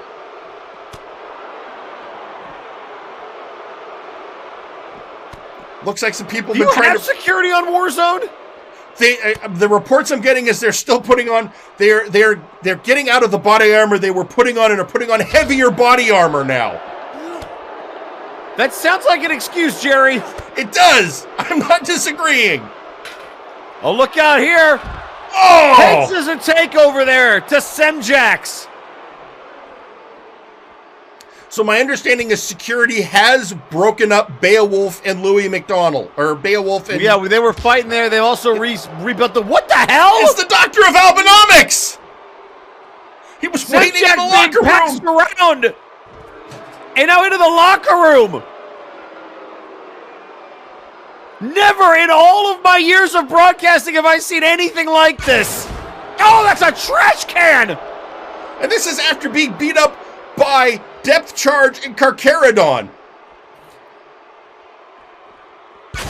He doesn't even have to... Oh, my God! He doesn't even have the briefcase! Well, I'm not sure... Well, that's not... okay, they're cutting the feed. Apparently security cut the feed because they are now storming the locker room. They've distracted Carcharodon with some chum and Depth Charge with some nautical charts. And that means they probably played a really funky beat for the Doctor of Albinomics. I hope so. It's the only way to soothe the Savage DJ. That was... I thought it was enough with what was going on with Louis McDonald and McMorgan and now Beowulf. At least McMorgan apparently has somebody watching out for him now. And social media was going insane during that. There was, first off, you have Jack Abbott. Before all of that went down, your number one contender, Jack Andrews, tweeted out, Omega Pub may be closed for now, but I know a couple of places around town. How about it, Aldini? Still got some party left in those old bones? Eric can come too. Sure, but I have to bring my wife. I like how I'm just tacked on at the end. Trixie, I promised Trixie a night out, Meanwhile, after everything, and then you've got Forrest Fortress Wade. The doof on 2 weeks in a row, not a fluke. funding has been acquired. Hashtag the greater good. So apparently, the administration has been sneaking funds into the line items of the dude's entrance. I appreciate that, to be honest. It's hard out here. Yeah. In these trying times. The Graven tweeting out, Sandman versus McMorgan, eye patch on a pole match. Graven, no. That's just evil. What? The loser? No, an eye versus eye match. Oh, man. Don't give them ideas. Just don't. All right, also tweeting out... fine. We'll call it loser learns blind fighting match. Well, Graven then said, "Don't tell me something I don't know, Eric." Apparently, you're responding to something you said. Okay. You're fighting Trashman Jones at Multivania. There, you didn't know that. Last I heard, Trashman Jones, who was still walking the earth. Last I heard, he was in some country in Africa. What? Apparently, it was something about he read about the rains down in Africa and decided he should check it out. So you'd find somebody who could bless said rains. Yeah. We also have Buck Bumble. Maybe it was a good thing I didn't win the briefcase. I guess we're going to find out. Yeah, and then finally, tweeting out is Maximilian Thunder Thighs. I don't think it was Unkley or Azir or any one of the usual suspects who placed the bounty. Hell, I've been sitting on a fortune from the hospital sale. Maybe I did it. Who knows? Just Samjex maybe cash in or cash out. I mean, is this bounty meant to make him cash in? Maybe it's trying to force his hand. I don't know, because we don't know who placed. What if somebody just want to get their hands on that briefcase? Why not both? Por que no los dos, as they say in French. McMorgan is tweeting out, going, as I said, I made some calls. Eric, while all this insanity has been going on, we did actually hear from Samjax earlier. I was going to play the clip later in the show, but I feel that in light of that attack, we should hear what Samjax had to say earlier. Sure, let's take a listen. Okay. Normally I give you all a piece of wisdom, something to learn, and tell you all how I feel. Well, y'all want the real Samjax? You want to feel fear from the depths of your nightmares? Fine. But don't say I didn't warn you. Zago! Was that too loud for you? Good. Because I've been telling you month after month, defense after defense. I am in your shadow. I am behind your ear. I am all that you think of. Plutonium, a waste of space. Ginger Boy, a pushover. Mad Jack and Madness, pack of jokes. Warbling the Adams, not even close! I know deep in those stupid codes that you don't fear anything. But you should. That no one will knock you off the mountaintop. But you will fall. It's not going to be the last soul alive in an all-ego tournament. It's not going to be some schmuck plucked by Aldini or the administration. It's going to be a briefcase that says I will fight you at any place, anywhere, at any time. So go ahead and ignore me in your next useless promo, crying like the spoiled brats that you are. You can't escape the inevitable. You can't ignore me. You should be thanking me because I allow you to be the champion. You should be sleeping with the title around your waist, with one eye open. You should be afraid of me. You should be scared when you are at my mercy. I am gonna throw you off the mountaintop, and I will ensure you screaming right back to the ground. I will take the MNW Multiverse Heavyweight Championship from you. I will see you soon. Sako.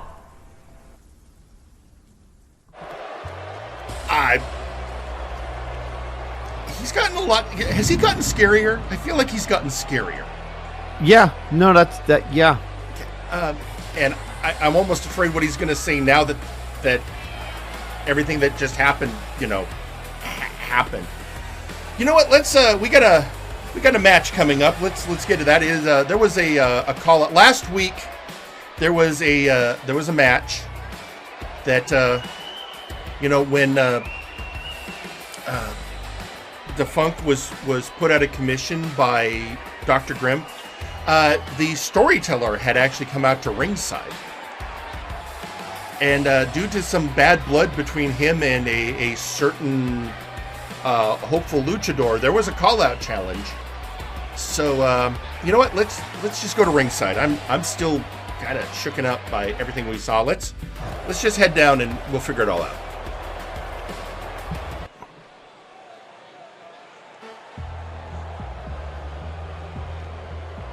The following match is scheduled for one fall. Introducing first, the Storyteller.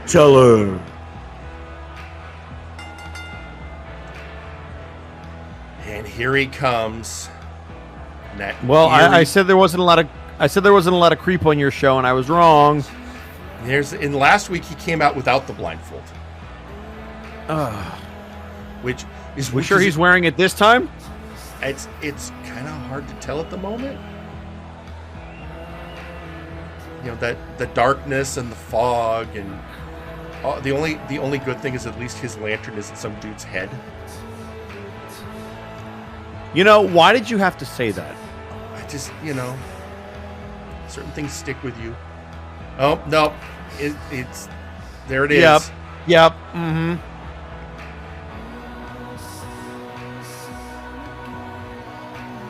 This is interesting. He's bringing out the big guns for this matchup. Any particular reason, do you think? I'm not sure.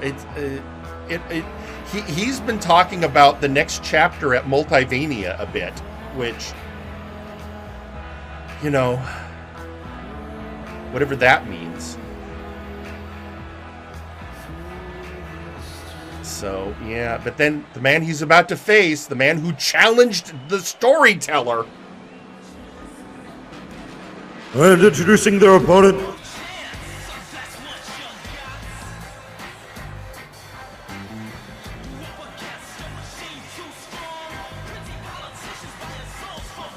Juan Chan.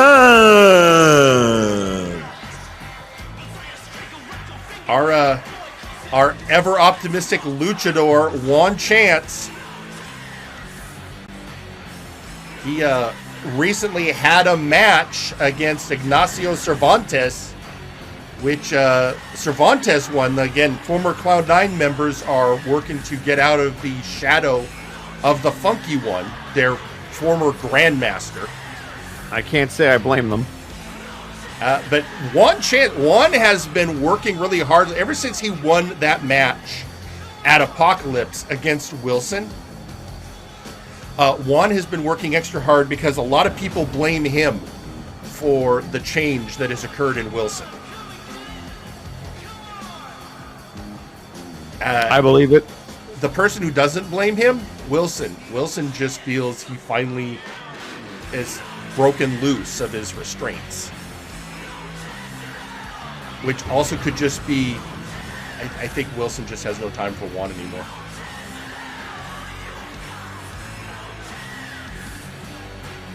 It's probably for the best, the more that I think about it.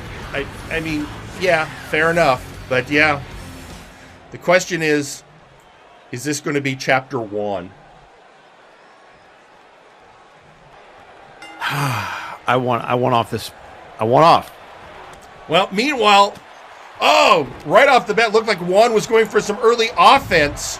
Oh, Storyteller said no thank you. And just knocking Juan outside and up, going after him. And this. Let's remember this. Wow, that is impressive. I think one of the problems that people have when they face the Storyteller is they're so focused on the persona, on the oh, he's creepy, oh, he's that. They forget the highly skilled wrestler that they are facing, a veteran of MNW here since the beginning.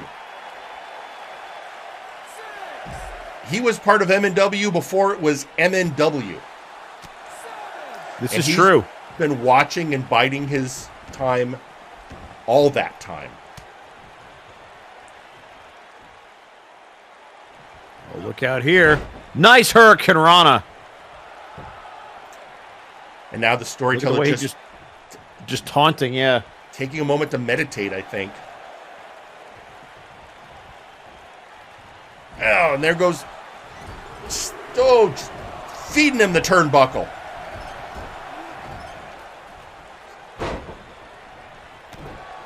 Nice quick little 10 count there. And wow, this could be quick. That's very quick. He's got him up, the bookend. This could already be over, folks. 1, 2, oh, or not. Kick out at 2. Good job, Juan. Juan trying to stay alive.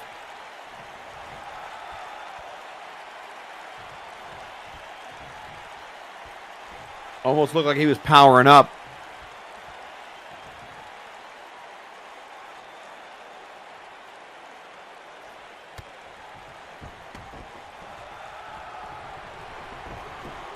Going for the cover again. 1. Kick out at 1.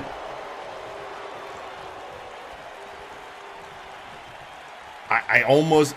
Oh, I was going to say, I get a feeling this almost like the storyteller is just playing with Juan. That could be a mistake, though. You don't want to underestimate Juan Chance. No. Juan Chance has... And I think that's a mistake. A lot of people keep looking at how he joined the Fed and forget that he is actually a very accomplished wrestler in his own right now. One of our top luchadors. Well, look out here. The big leg drop. Yeah, if we ever do get around to having a cruiser tournament, I would expect Juan to be in it. Oh, over the top rope.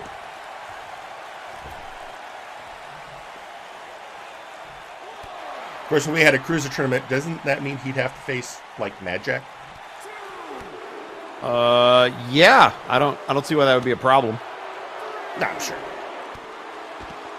Oh, what a kick! And, okay, again, talking about that, don't underestimate Juan. He's doing a great job right now, taking it to the storyteller.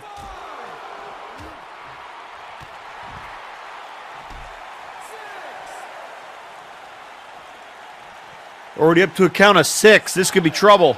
And Juan is aware of that. Juan into the chin. Yeah, he's trying to break the count. I mean, good strategy by Juan. He doesn't want this by count out.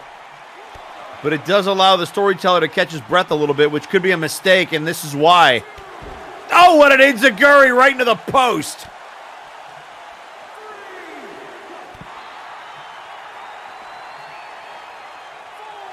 And up comes...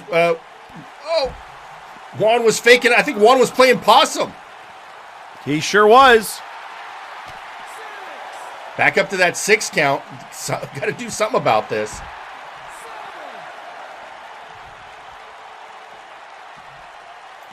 And Juan again going to slide back in the ring, and will he break the count again?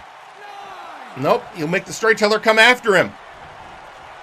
Oh, look out here. Oh, that DDT. 1, 2. He caught him. Oh. That is the Espada.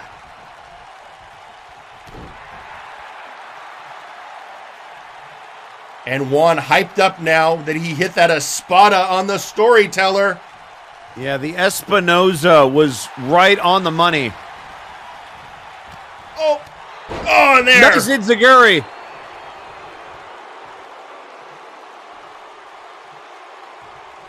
That might have been Juan's best opportunity right there, although he just busted open the storyteller.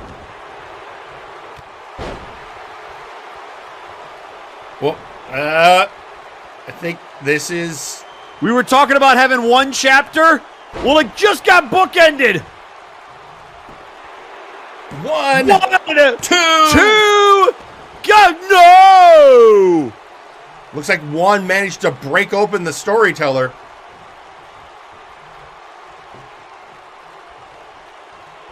And again, a jawbreaker.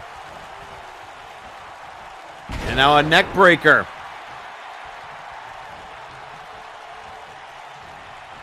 Big shoulder checks.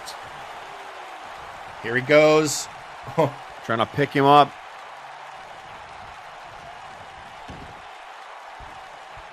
And just like the casualness with which the Storyteller is doing this now.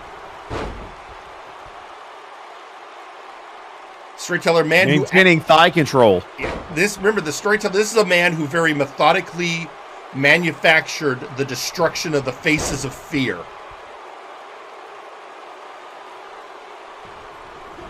Which of course led to the creation of the Murder Cave. So you can in part thank the Storyteller for that match happening at Multivania. Yep. It's always his fault. Whoa, what a super kick! And I think he just cold-cocked him. Yeah, and a knee to the face for added measure. Repeated blows, and again, Juan in some trouble. Storyteller trying to keep him down. Oh! Counter! Good counter by Juan. Oh, here we go! The enchilada! He got him! He got him! 1, 2, out of nowhere! And your winner, Juan Chan. And what a victory for Juan. Oh no! Oh my God! Why? I mean, even Juan is like, wait, what did I do? Dr. Grimm attacking Juan Chance. I mean, Storyteller and Grimm have history, but why? Storyteller came out last week for Grimm's match and just sort of watched on the outside. These two are up to something, and that the idea of Dr. Grimm and the Storyteller up to something terrifies me. Juan's in a lot of trouble. Look at Grimm just methodically stalking him. He's already put the funk down and now trying to do the same thing to Juan Chance. Just waiting for Juan to get up. Oh my God. This is... You want to... Just toying with him. Considering, like you said, what he did to the funk, I do not like Juan's chances right now. Well, he was just in a hellacious match, and now Dr. Grimm just making an example out of him. And wait a minute, what's happening? Wait, something's going on. I know that music. More stomps. Oh no! It's gotta be Kane. Second. It's Kane. It's gotta be Kane. Kane has been wanting the Grimm. For 3 years. Kane has been wanting to get his hands on Dr. Grimm. And look at Juan. Juan doesn't know what to make of that. Those two squaring off now. All I know is what kind of show do you run, Jerry? I don't know anymore. I've lost control. Meanwhile, Jack Andrews saying, sure, bring the wife. In fact, my treat, drinks on me. Drink one's on me. Cool, thank you, Jack. I'm still reeling. You know what? It's a good thing that now is time for our regularly scheduled commercial break because I'm going to need a few minutes to collect myself. Ladies and gentlemen, we'll be back after these messages. Feel the warm, milky, healing, Jesus-powered goodness that is Lactatanks. Step inside or be thrown in forcibly by registered Anon after you've gotten the shit beaten out of you by multiple people in one wrestling match. We swear nobody has ever died in a Lactatank. What is the Lacta made of in the Lactatank? We have no fucking clue, but we enjoy it anyways, and you will too. Lactatanks, come feel our warm, creamy, healing Jesus goodness. Multiverse, Nexus Wrestling's Warzone, Flashbang, and Firing Line are all proudly sponsored by Enraptured Beauty. Our products, rather than using unnatural and harmful chemicals, revitalize your skin by boosting the natural elements already present and enhance your natural beauty so you too can love your best self. It's morning in Multiverse. and rest of day looms, looking to break the weary like monster breaking human twig in wrestling ring. But there is remedy. Squash roast coffee, made from finest naturally grown beans for best wake-up energy. That because every bean have 10 beans within, that'll be 10 times more big energy than competing brand, more than enough big squash energy to power through day. Squash roast coffee, it's big cup of good stuff. Now available on decaf, or when there is need to come down from blood rage. When you want the most detailed and violent-looking pictures of battlegrounds, look for Perfect Snap Photography. We do bar fights, wars, underground wrestling, and weddings. My wedding dress, you fat harlot! Remember, Perfect Snap Photography. It'll be bloody perfect in a snap. You two can now wage war against the flabby wrestlers of MNW with your own exclusive Zacko action figure. It comes with trios tag belt accessories and nut-kicking action. Pull the cord to hear Zacko's famous quotes. Get that microphone away from me before I shot up your... The Zacko Duo action figure, sold separately.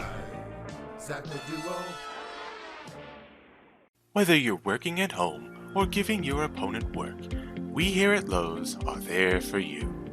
We're here with our sturdy tables and ladders that cease to exist if broken in half. We're here with rings that can stand up to even the most grueling of hoss fights. And when a locker room door is inevitably smashed by an angry lion woman, or a fiery undead leaves burn marks all over your paint, Lowe's will be there with a little elbow grease, a substandard 2x4, and a 6-figure bill. Don't believe me? Listen to these satisfied customers. You know, I like Lowe's because they have tables that I can put pizza on because everyone else keeps breaking the goddamn tables. This is Raphael Sampson here to remind you that Lowe's brand lumber is subpar at best. You deserve better. And trust me, I would know. I worship a god. Lowe's is great for tinkering with any hero gadgets. Sometimes when executing wrestling justice, I've had to break down a few barriers and a few walls. Oh, fucking damn it, Max, my wall! Thank goodness I shop at Lowe's so I can get the best deal on replacing and fixing all the walls I break. Lowe's. Do it subpar for more.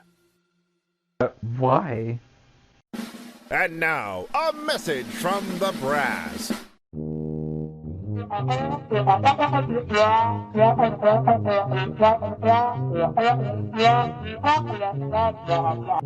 This has been a message from the brass. Have you or a beloved faction member suffered from a preventable workplace injury, jobber discrimination, threatening lawsuits from VIP, or harassment from Trashman Jones? You may be entitled to financial compensation and physical retribution. If so, please call Gore-Wheel & Associates Law Firm to schedule an appointment. We handle all cases, whether they be civil litigation, criminal litigation, or a backstage beatdown. We understand it's tough out here in the Nexus, and you need someone to both watch your back and break the other guys. So call 1-800-NEXUS-DEFENSE. And remember, you don't pay a fee unless we get blood and money for you. And we are back. All right, are we all sufficiently recovered? I don't know, man. All right, well, why not?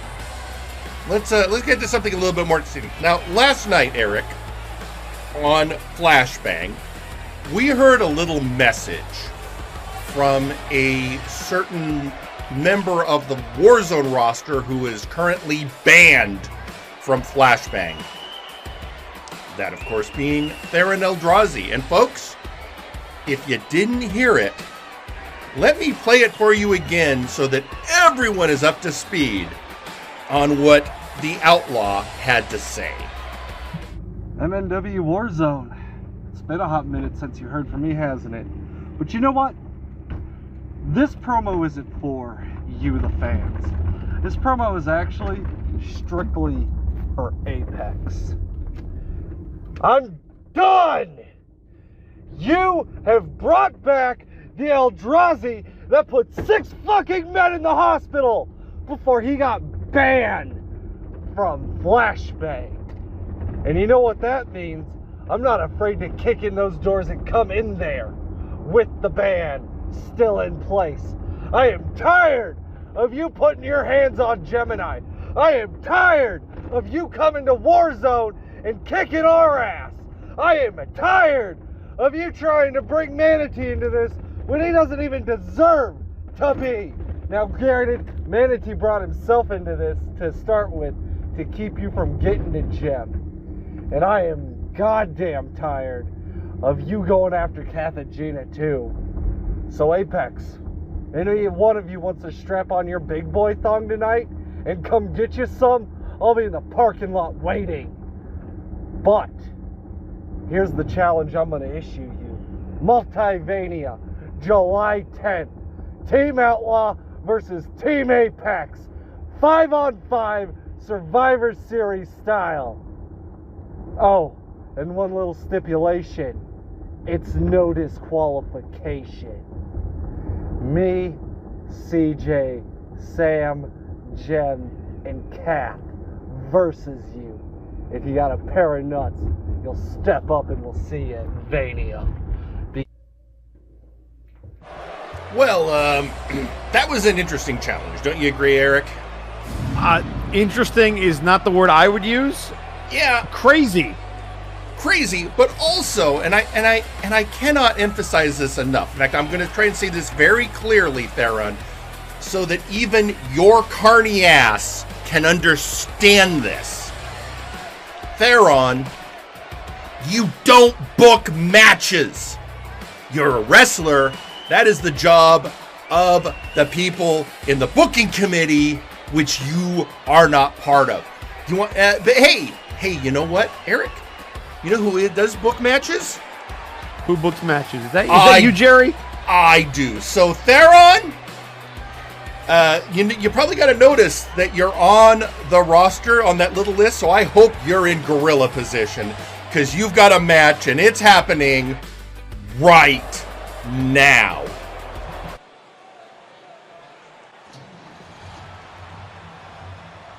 The following is a tag team match scheduled for one fall. Introducing first, the Outlaws. So, now here's the thing.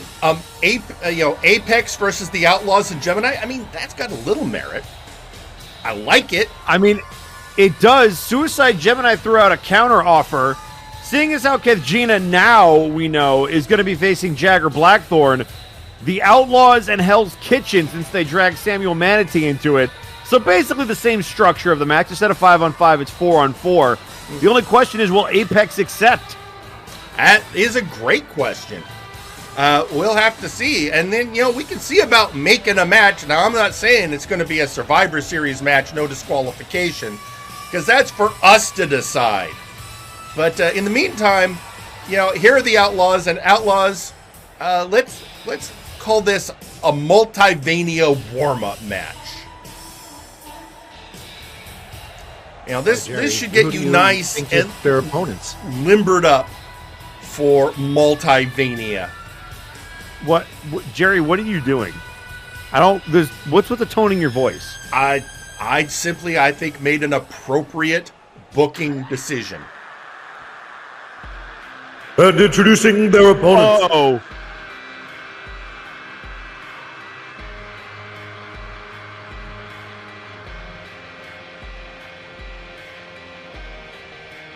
It's Apex.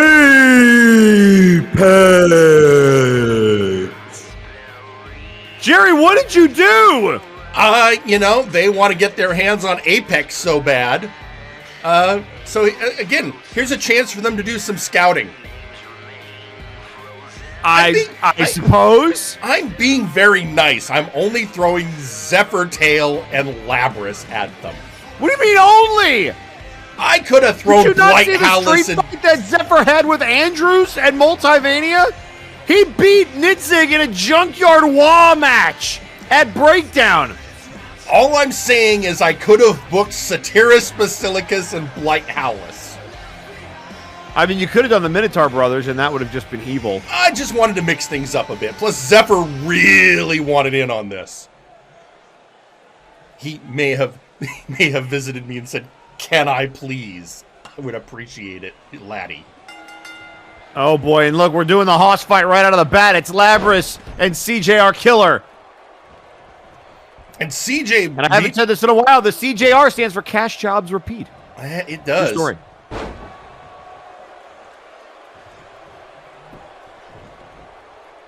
And CJR showing right now doing quite well against a Minotaur.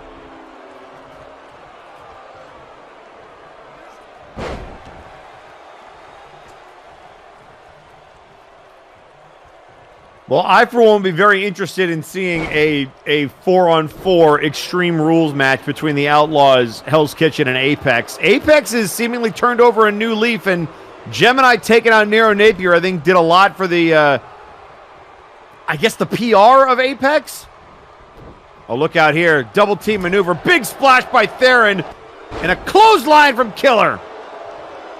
Well, I think it also helps that, let's be honest, you've got bigger assholes over on Flashbang right now than Apex ever were. I mean, yeah, the cartel is doing their own kind of shady business. We've got Kethgina trying to get half the roster knocked off the Multivania card. And tagmate, here comes the Sunken Sea Captain. Yeah. Anyway, yeah, and that's my point. I mean, Apex is quite pleasant. At least Apex is going to tell you straight up what they're doing. So, yeah. Oh, right there we see a little old school Apex. Although for once I can't really blame them. Yeah. Also, ever since they've been over here, I mean, every time that there's been a request from Apex, Zephyr's been quite cordial. I mean, very politely coming to my office, not making demands, simply requests. I think they've learned how to play the game. Let's just say that Zephyr doesn't try and book his own matches. And again, Theron in the red corner. Not a good corner for him to be in right now. Big back elbow there from Zephyr. The Cruiserweights doing battle here on Saturday Night Warzone. Also, let's point out, Labris and Zephyr, they're not taking the Outlaws lightly. The Outlaws are still a dangerous team. Former tag team champions. And look at here. Oh, the moonsault! Former tag champs, and also the havoc that, I mean, you're still dealing with havoc they caused over on Flashbang. We sure are. They were able to get involved in Flashbang affairs despite being banned from the show. And don't get me started on Theron. Oh, he's going to the top. Oh, this is not. Zephyr is stuck. The mushroom stomped a Zephyr tail. I was going to say everything that Suicide Gemini has been doing of late. Nobody home for the splash. Theron trying to take advantage. And right now, it looks like the Outlaws have got Apex off their game, which you don't see very often. I mean, it might be the fact that this is an odd tag pairing for Apex. I don't think Labris and Zephyr have tagged together very much. They haven't, and if I'm not mistaken, the one time that they did, where Zephyr was a fill-in for Satyrus Basilicus in the tag tournament over on Flashbang, they got knocked out by Electro Reality in a huge upset. So their track record together isn't great, but that's also because they don't tag together very much. That's true. Although in Electro Reality, I mean, the match that Electro Reality had last night on Flashbang. Oh yeah, the Time Bandits, I don't use the word escaped lightly, but they escaped with their tag titles.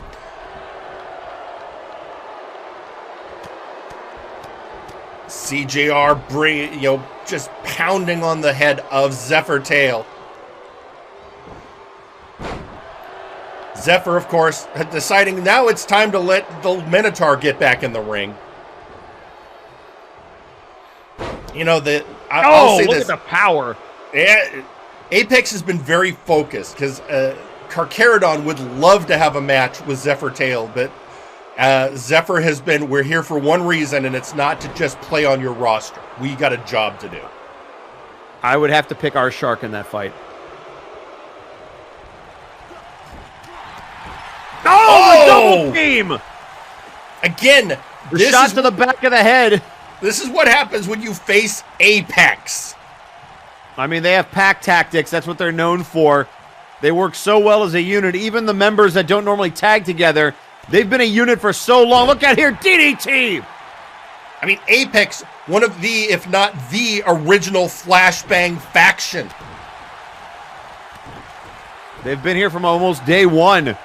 Well, not in this particular iteration, but it's Nero, Blight, Zephyr, the Crimson Phoenix, eventually the Minotaur brothers, of course, Mizuki, and most recently, Revolos, the big gorilla. They have members for days. And now tag made. And look at Zephyr screaming at the referee to get them out. Zephyr says, you know what? I'm just going to take matters into my own hands off the double team. But he's going to pay for it. Oh, backbreaker snapmare combination. And that was not a wise decision. Zephyr sent to the outside. Labrys now by himself in a 2-on-1 situation. All right. And so he takes it outside. This is never a good place to be with a Minotaur. No. No, it is not. God, what a boot. The hoof right to the sternum. About the only thing that Theron's got in his favor right now is that it's not his brother.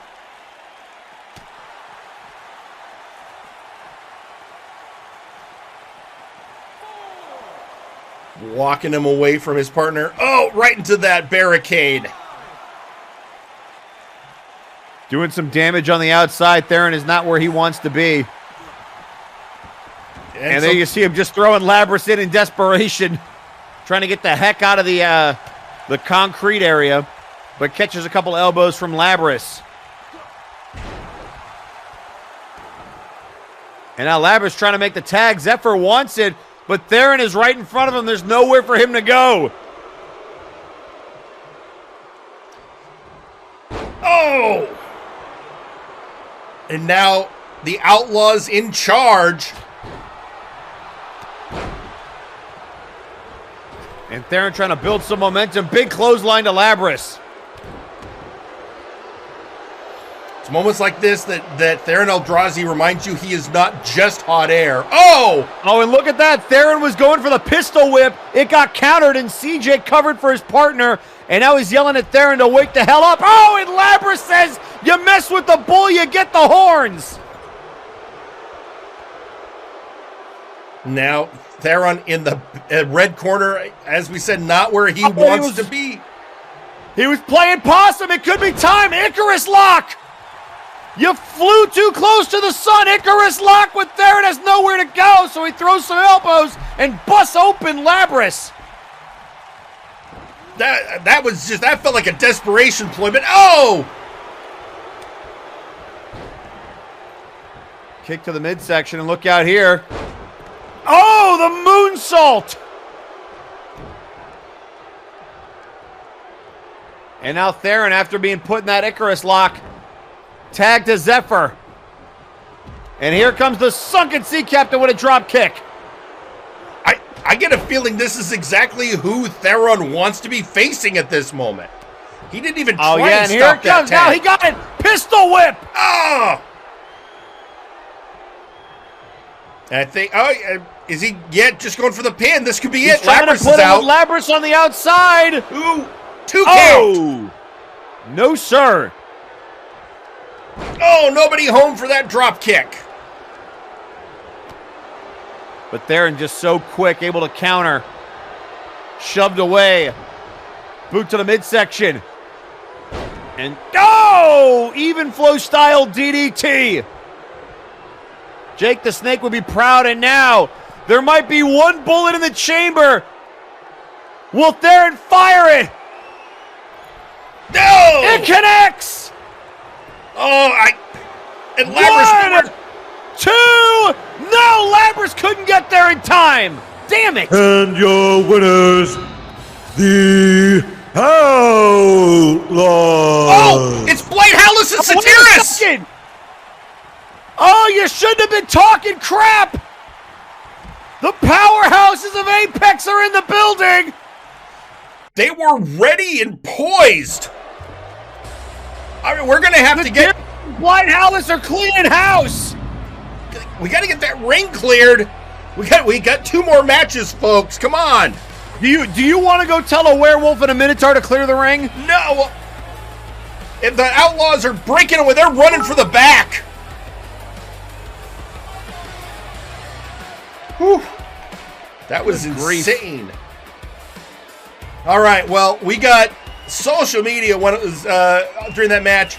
So first off, you've got depth charge, damn so close. Would have gotten the case if it weren't for that meddling shark. That's not good. That's dissension and the ranks. You're going to have to be more specific now. He was talking about Carcharodon when they were both going after Sam Jax earlier. Also tweeting out, hey, it's the Sandman. Will admit, didn't take them as seriously as I should have, and with their record, many could fall into complacency, underestimate them, and nearly paid for it. Won't repeat that mistake, trust me. So, Sandman given a little appreciation to the performance of Electro Reality last night. And then we're just getting a tweet from Theron Eldrazi. It just says, crotch chop. Because for some reason, he decided that's what he was wanting to tweet out. Alrighty then. Okay, well, so we've been hyping this up all night, Eric.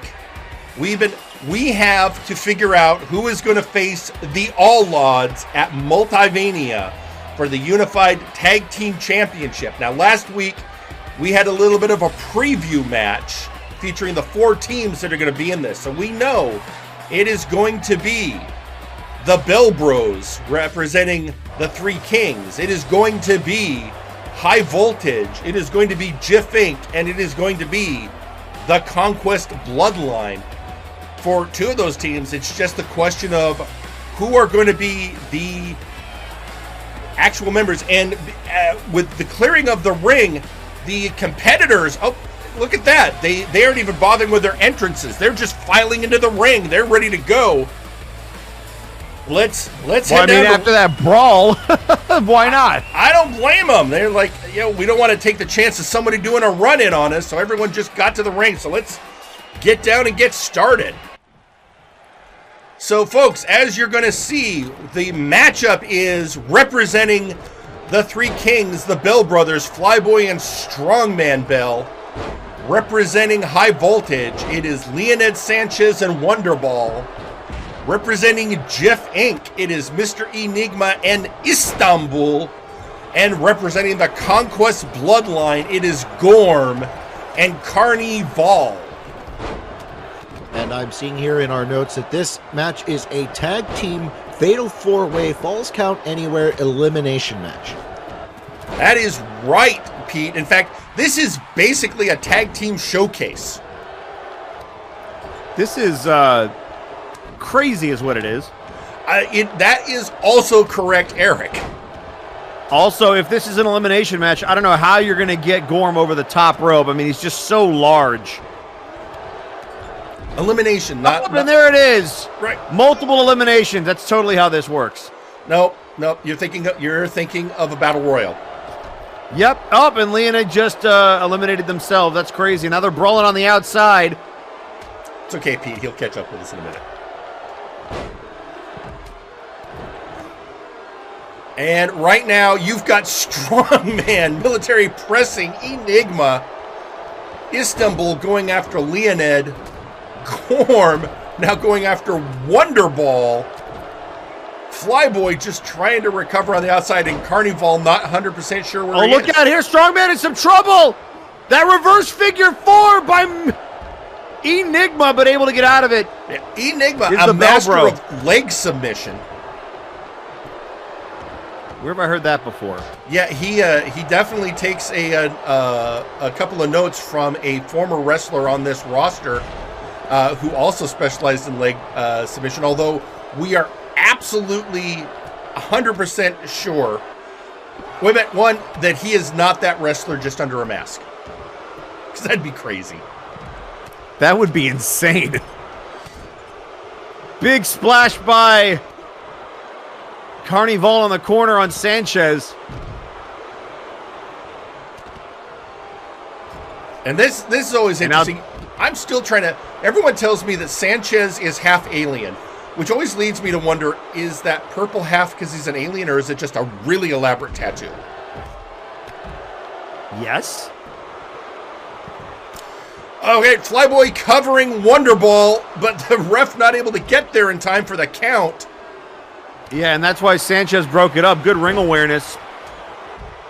Meanwhile, the multiple gut wrenches from Strongman on Istanbul, and again Gorm caught in that leg submission by Nigma, but Carney trying to help break him out. That's true. You got to protect your partner and yourself. Oh! The moonsault there. Standing moonsault by Strongman Bell. Oh, and look at Mystery Inc. over here.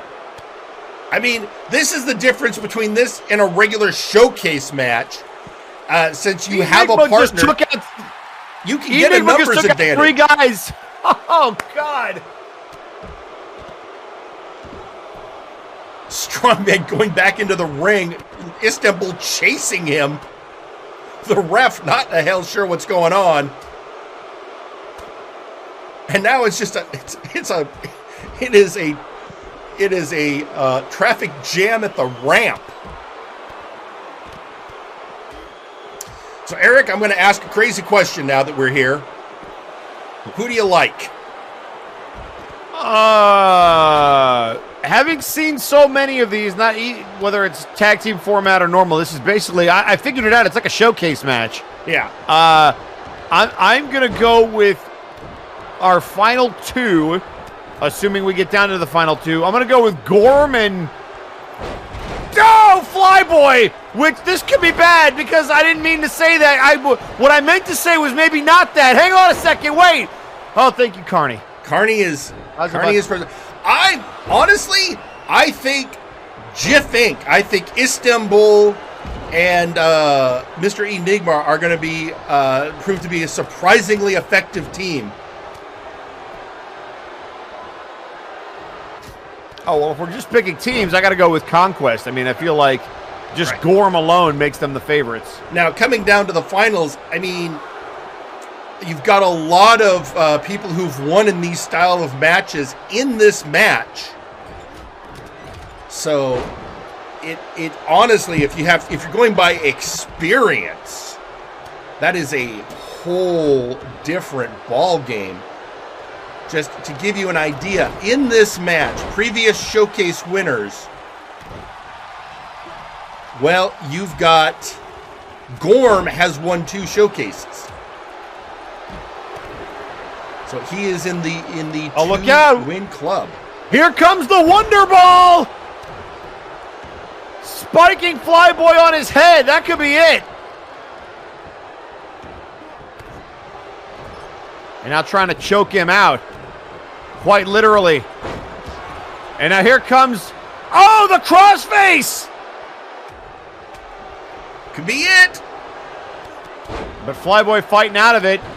And then on the outside, there goes Enigma and the moonsault by Strongman. 1, 2, 3. Enigma is gone. Mr. Enigma has been eliminated. Well, that makes my prediction a little bit more chancy. Well, yeah. You're basically just down to Istanbul. Good luck. I mean, he's a great competitor, but yeah.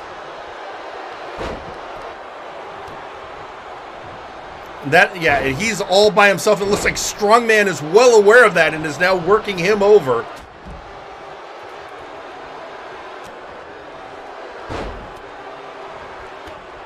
Carnival now with a half Boston Crab on Flyboy.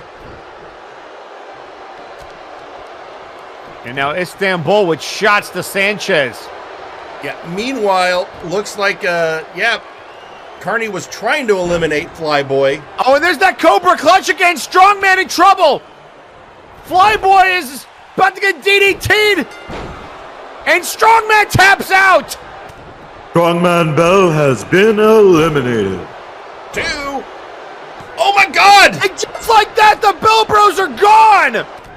Flyboy Bell has been eliminated. Wonder Ball and Carnival just eliminated the Bell Bros back to back. So Jif Inc. is still involved thanks to Istanbul, but he's by himself against 2 teams.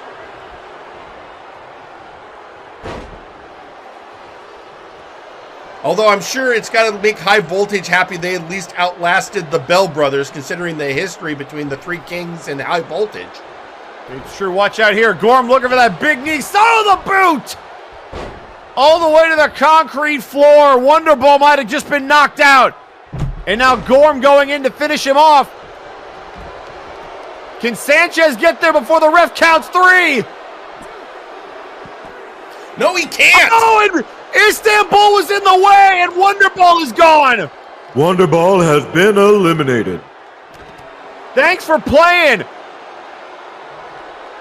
And now we've got the Conquest Bloodline versus 1 member of High Voltage and 1 member of Jif Inc. And both teams are on their back foot. Well, okay, Leon is making a surge against Gorm. And Istanbul against Carney. So, all right, there's some chance.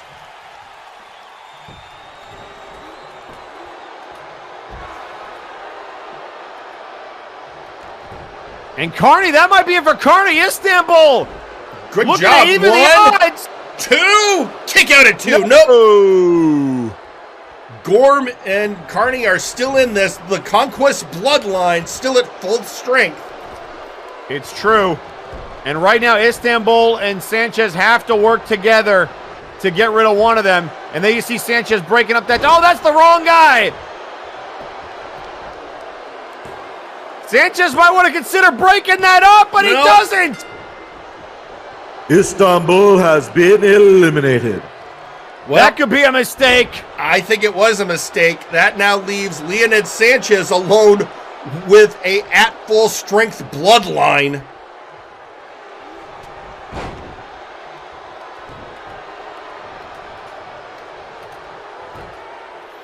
And I mean, this is going to be hard to watch. That might be it. Sanchez, you might want to just consider not taking any more punishment, but live to fight another day. And it looks like Carnival is more than happy to let Gorm do the work. Oh, maybe I spoke too soon. Oh, and Sanchez trying to fight back. Look out here. Big back suplex. Yeah, this is a situation, if you can't see both of your opponents at all times, assume you're about to get hit from behind. We'll see if Sanchez can make anything out of this, but he could, oh man, just head first into the canvas. He could really use a turnaround in his fortunes. And a kick out. Yeah, I don't think he's going to get it.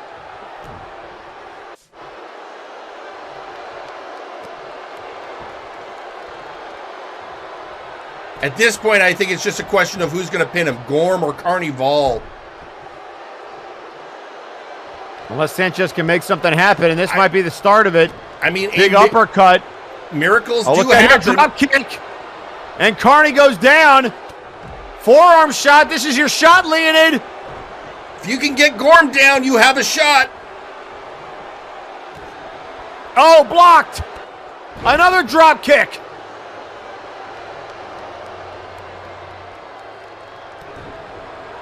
Boot to the midsection.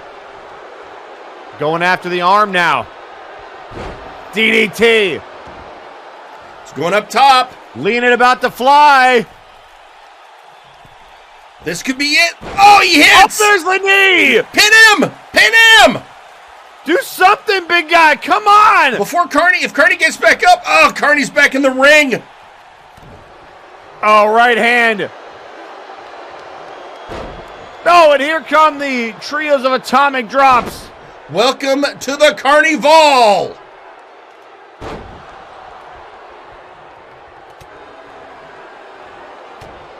Jawbreaker on Carnival, but Again, Gorm is right. Oh, maybe I spoke too soon. Ah.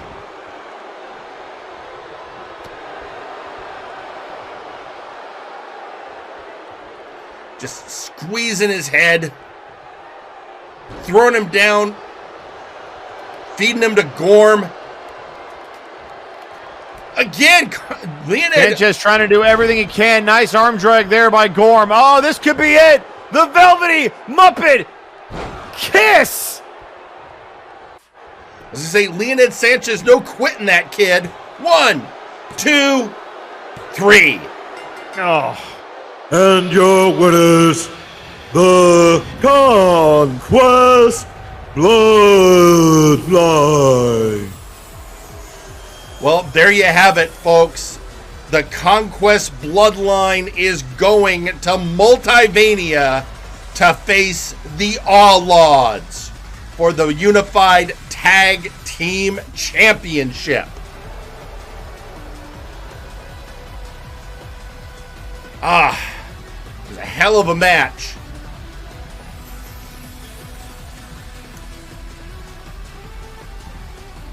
Well, you were right, Eric. You called it for the Bloodline. I mean, it's just whenever Gorm is in a multi-man match, it's hard to go against him. He was a former Warpgate Hardcore champion for a reason. I mean, this is true. So, ladies and gentlemen, just for those of you checking at home, currently we know now that the Outlaws will face the Conquest Bloodline for the Unified Tag Team belts at Multivania. Suplex Sam will defend against Power Surge. Constantinople and Malice will face Sir McCheese in a three-way dance for the Big Oof Championship. The Janitor and Unklydunk will have a gentleman's duel. Maximilian Thunderthighs and Azir Turan will have a match. Of course, the Murder Cave will face AAA for the Trios Championship, but we still have one last matter to resolve, and that is who is going to win the King's Road Tournament to face Zacko Duo at Multivania for the Unified Tag... I'm really still thinking about that tag match. For the Multiverse Heavyweight Championship. So we are now, as we're getting ready for that matchup, let's hear from the competitors. First, ladies and gentlemen, Nice Ice. Wilson, Willie Wilson.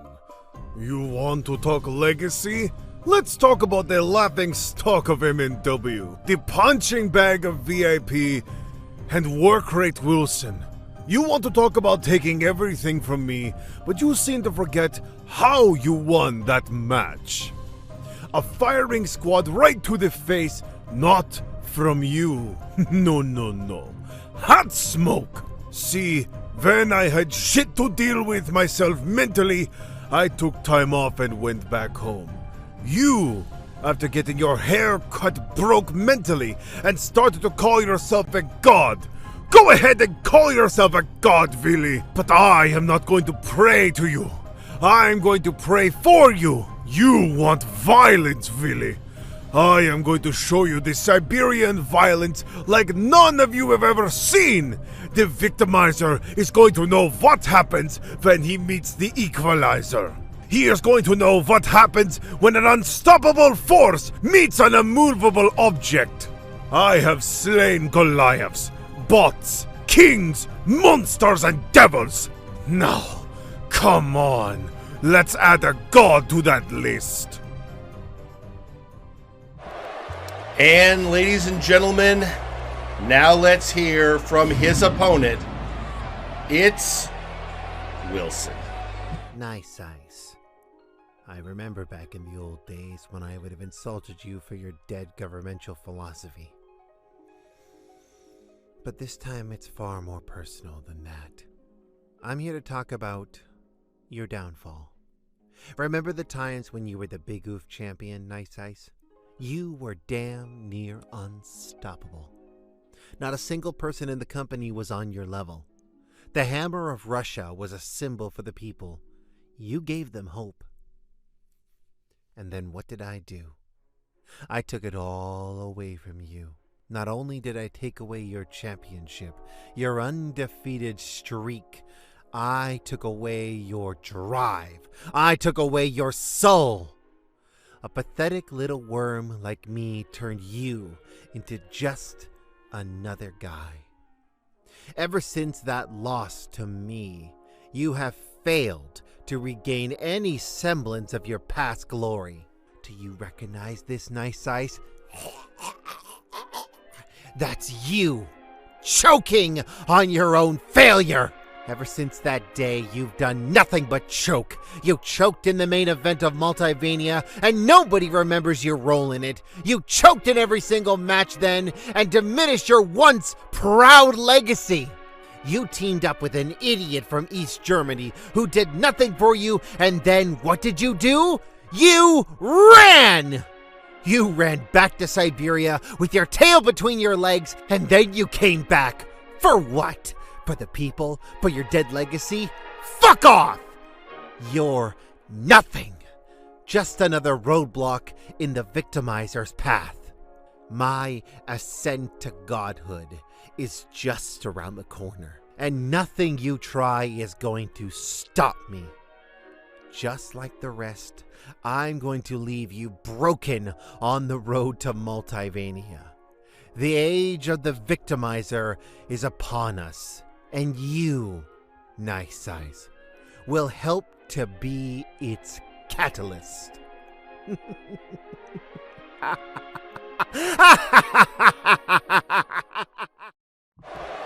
And ladies and gentlemen, one last social media tweet before we get into this, and that is Maximilian Thunderthighs tweeting out good luck to both of you.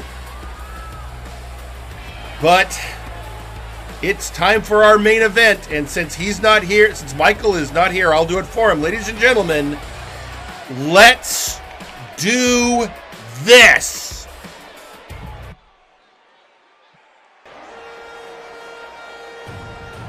The following match is your main event. It is the final match of the King's Road. Introducing first,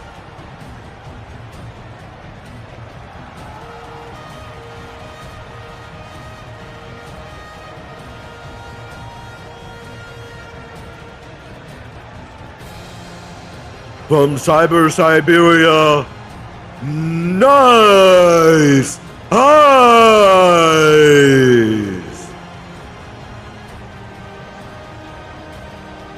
And here he is, folks. The Hammer of Russia. That's right. Nice Ice returned from his sabbatical in Siberia, ready to do battle, and ready to, for the second time in his career, possibly, main event WrestleMania, or Multivania. Let's get our shows correct here. It was close. It was close. It had Ania at the end.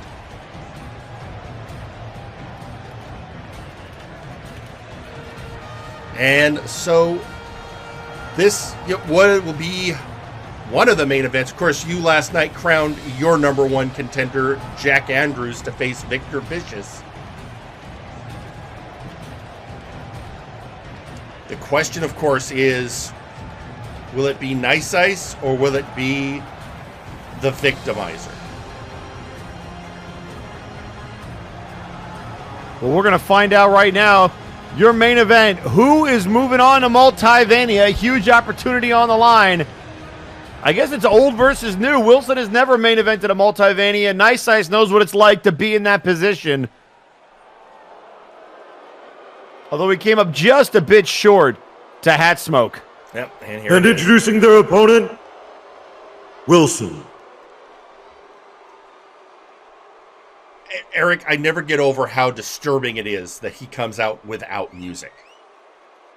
I mean, that's old school, I would assume. It's more he doesn't care. He doesn't want anything distracting from his in-ring performance. As he puts it, I don't need the bells and whistles. I just have a job to do. That's a very different attitude of who he used to be. It's almost like a different person. He is focused, he is brutal, he is determined. And he has one thing and that is to cause pain. But also to prove he's the best in the business.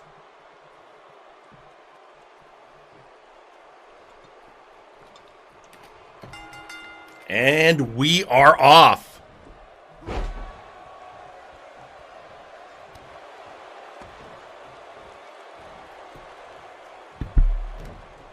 And already it's a back and forth match. This is a one-fall contest to determine who will be in the main event of Multivania. This is going to be a good one.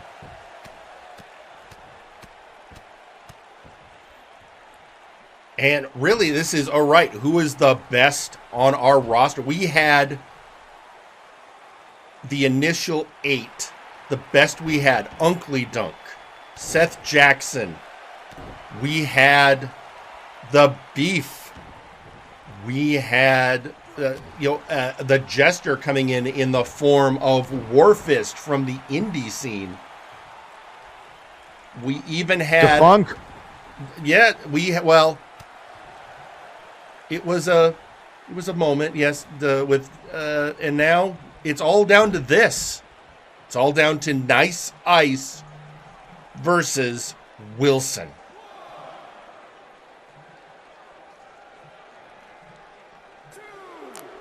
Oh, into the steps. A nice release vertical suplex there to Wilson. And I'm just tossed towards the barricade. I mean, last week, I don't know if you saw the match, Wilson versus the Beef. Wilson won, but his face was a bloody mask. I mean, but he got the job done. And that is all that it really comes down to.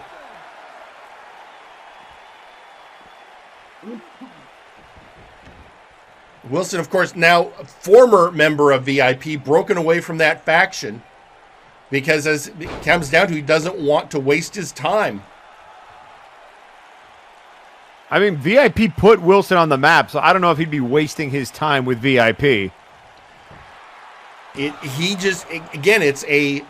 is in here by himself. He is going it alone. I mean, look at that ring gear. That is as no frills as you get. Remember when he used to have all those slogans, all those... He had a damn Snickers logo at one point on his kit. And the selfie stick, too. Can't forget that. The selfie stick. And now he just comes out and is ready to fight. Oh, what a sit-out power bomb from Nice Ice, though. Utilizing that power. I mean, he is facing one of those most powerful competitors in our business. Nice Ice, the Cyber Siberian. The hero of the people. That was some veteran move, kicking his foot away from the ropes before going for the pin. Kicked his leg out. I mean, Nice Ice knows all the tricks of the trade. Big clothesline from Wilson. Doing work. I mean, it's true, but there's a specter hanging over this match. Wilson has beat Nice Ice before, but, I mean, then he had VIP backing him up. There were, if I remember correctly, some shenanigans. This, on the other hand, this is just pure, unadulterated Wilson.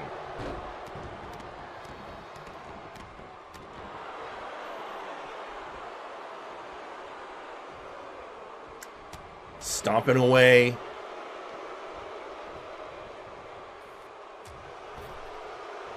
So right hand there from Wilson to the outside. Oh, I thought he might have been going for a DDT and now just beating the hell out of Nice Ice. I mean, that's the whole thing with Wilson. You expect one thing, but it's really, he'll always choose two. Oh, wait, two? Nice kick out. He'll always choose brutality as his first choice.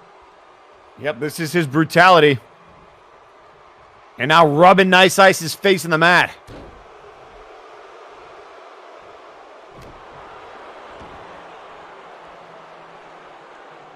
It's a little bit of a show-off, though.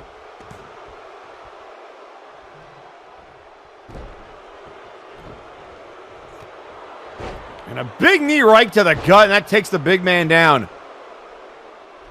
And bring him back up again. Oh, I think he just tried to poke his eyes. And now Nice Ice with these big shoulders, clubbing blows, and it sends Wilson all the way to the ground. And just like that, Nice Ice back in control. Wilson trying to get back to his feet and does.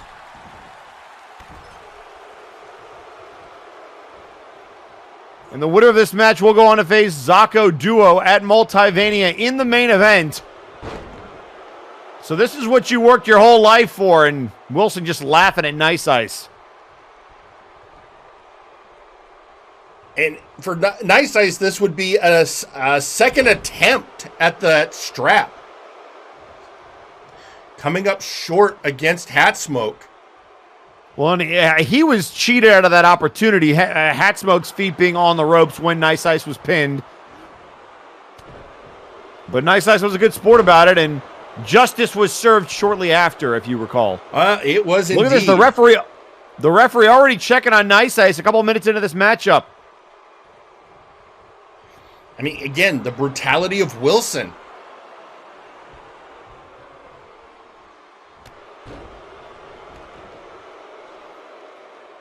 Continuing to do work.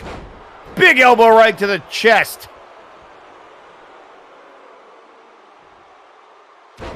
And another one.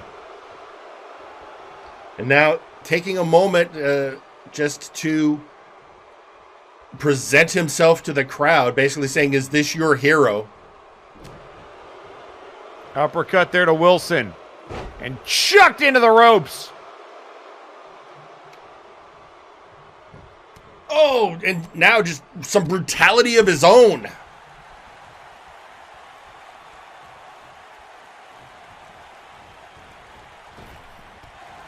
Knee to the gut by Wilson. Leg caught by Nice Ice.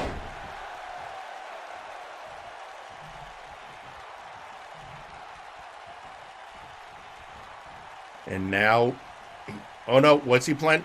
And that good old-fashioned foot. Oh! That's a lot of cyborg. Over him. 300 plus pounds across your chest. Not fun. But that's the other thing about the new Wilson.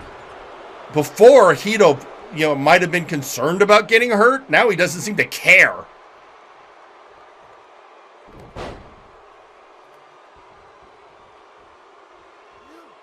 I remember the days when one of his big cries was not the face, not the face. Now, you bloody his face, he just goes harder. Again to the corner. Wilson spins him around. Oh, and crashing into the mat is Nice Ice. And look at the way Wilson stays on the attack, never giving Nice Ice a chance to breathe. Oh, and the fist drop! And going for the into pin! The cover! 2! Kick out at 2! Nice Ice keeping his Multivania dreams alive. But for how long, Wilson? Oh! I think Wilson was getting ready for the kill switch, but Nice Ice blocked it.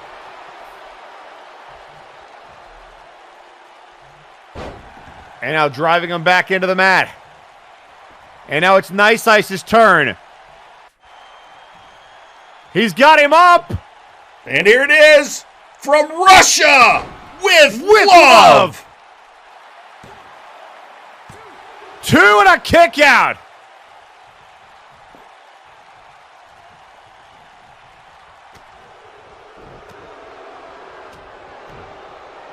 Body blows, counters.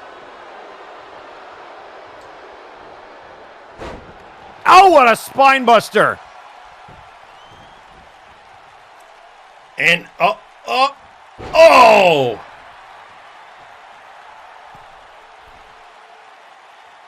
I was what is I thought he was going up on the top and going to do just kicking Wilson repeatedly in the face. And again, the power to be able to deadlift the man off the ground and then just drive him into the mat. A lot of people pay good money to do that to Wilson. Only recently, few would admit it. Oh, trying to make him humble. Wilson getting out of it.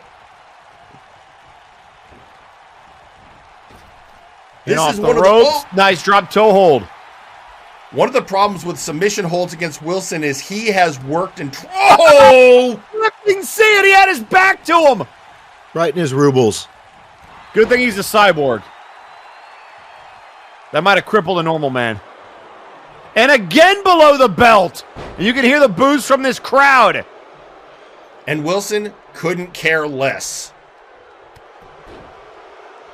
He's still the same punk he's always been.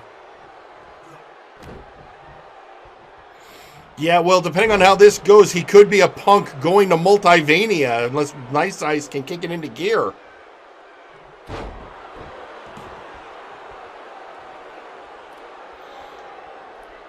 Gonna have to hope a backup generator kicks in here soon.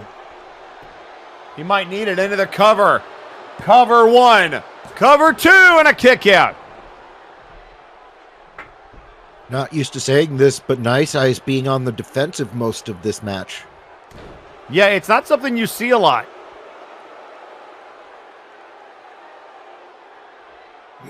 Taking time to pose for his fans. Yeah, I'm sure he's got a couple. Somewhere.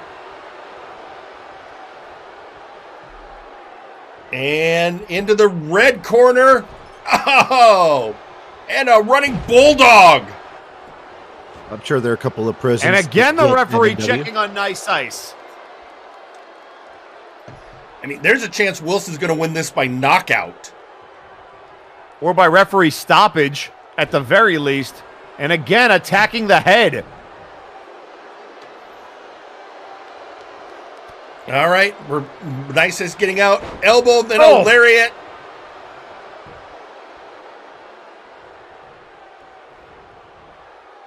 Look at this. Nice suplex.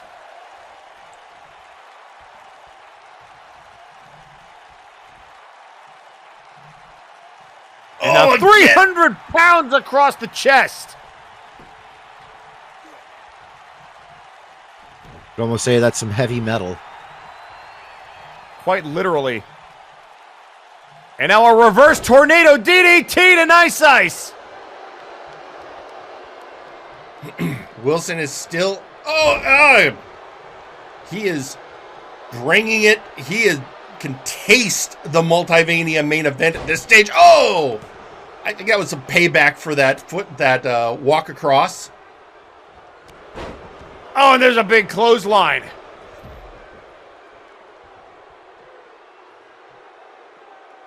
I gotta say, I've been impressed with Wilson. He's looked very good against the larger Nice Ice. Again, this is another Wilson. He's kicked it into another gear, but still can't resist some of those cheeky poses.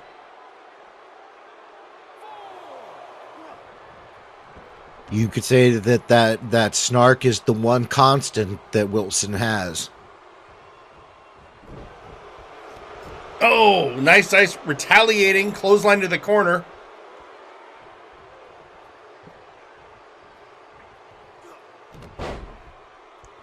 There's the backbreaker. Another backbreaker. And, reversed by Wilson. He's back up.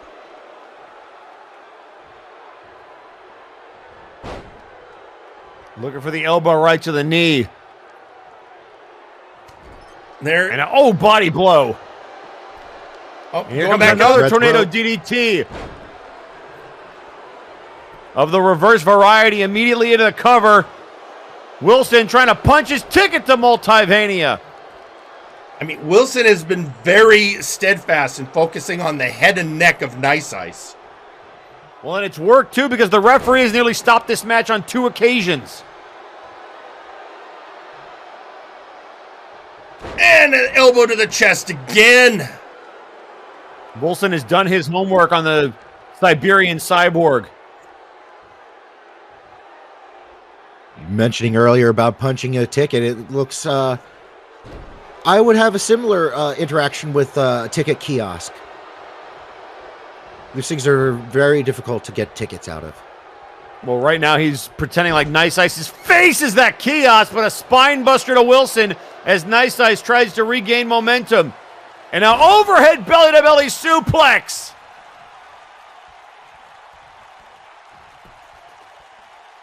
And now just wrenching back on Wilson's neck.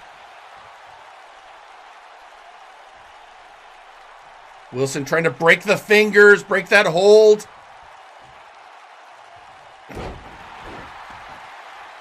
Going for a jawbreaker instead.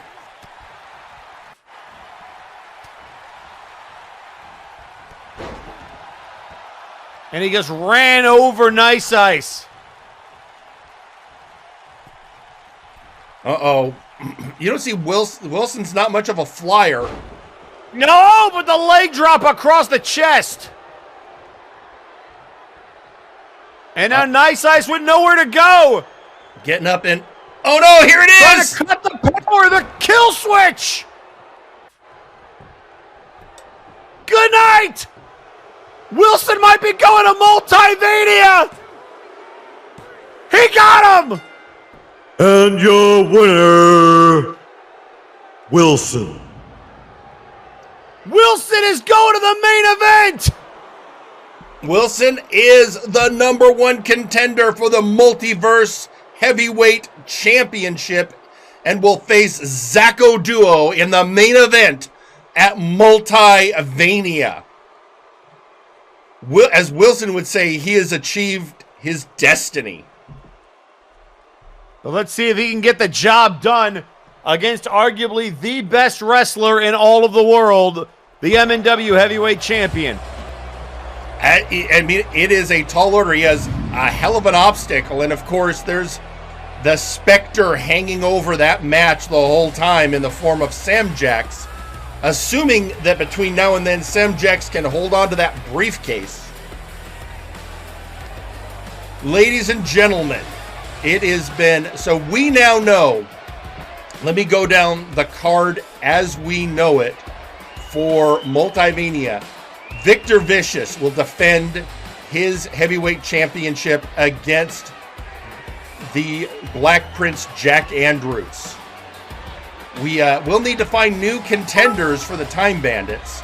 We now have heard that Kath Gina will face Jagger Blackthorn. And speaking of which, a tweet from the aforementioned Faye. Welcome to the room of people who have rooms of people that they loved one day docked away. I'm assuming that's a message to you, Eric. I don't pretend to understand the Fae. We also now know Zacko Duo versus Wilson. All Odds versus the Conquest Bloodline. Suplex Sam versus Power Surge. Maximilian Thunder Thighs versus Ozir Turan. Constantinople versus Malice versus Sir McCheese for the Big Oof. The Janitor versus Sir Unklydunk. The Murder Cave versus AAA for the Trio Spelt. The Mystery in the Bank match. And the King of the Showcase match. And ladies and gentlemen, there are still matches being decided as we speak. So, Eric, anything you want to add for our audience or announcing for the Flashbang side? Well, you're not going to want to miss Friday Night Flashbang because we are going to have a doppelganger match. It's going to be Citric King versus Citric Kane. Yeah, you heard that right. We have two oranges, and one of them belongs to you. And we'd love to have him back, but it looks like he's a little busy right now. Well, folks, I'm guessing someone's going to get beat to a pulp. That would be an accurate statement. And one last social media tweet out before we go from Maximilian Thunder Thighs. Well done, Wilson. Now go take that crown. Well, folks, first off, shout out to our colleague Michael Montoya. Michael, we hope you recover soon. And for Eric Genericson and Pete McPherson, I'm Jerry Aldini, wishing you all a good night. Viewers, hear the roar of Sasquatch Wing. What half of Outlaws? What more Multiverse Nexus Wrestling? What more Raphael Sampson and Sasquatch Wing? What more All Odds? Then look below video. Like, share, comment, subscribe, ring the little bell and square, and watch more of MNW on this channel.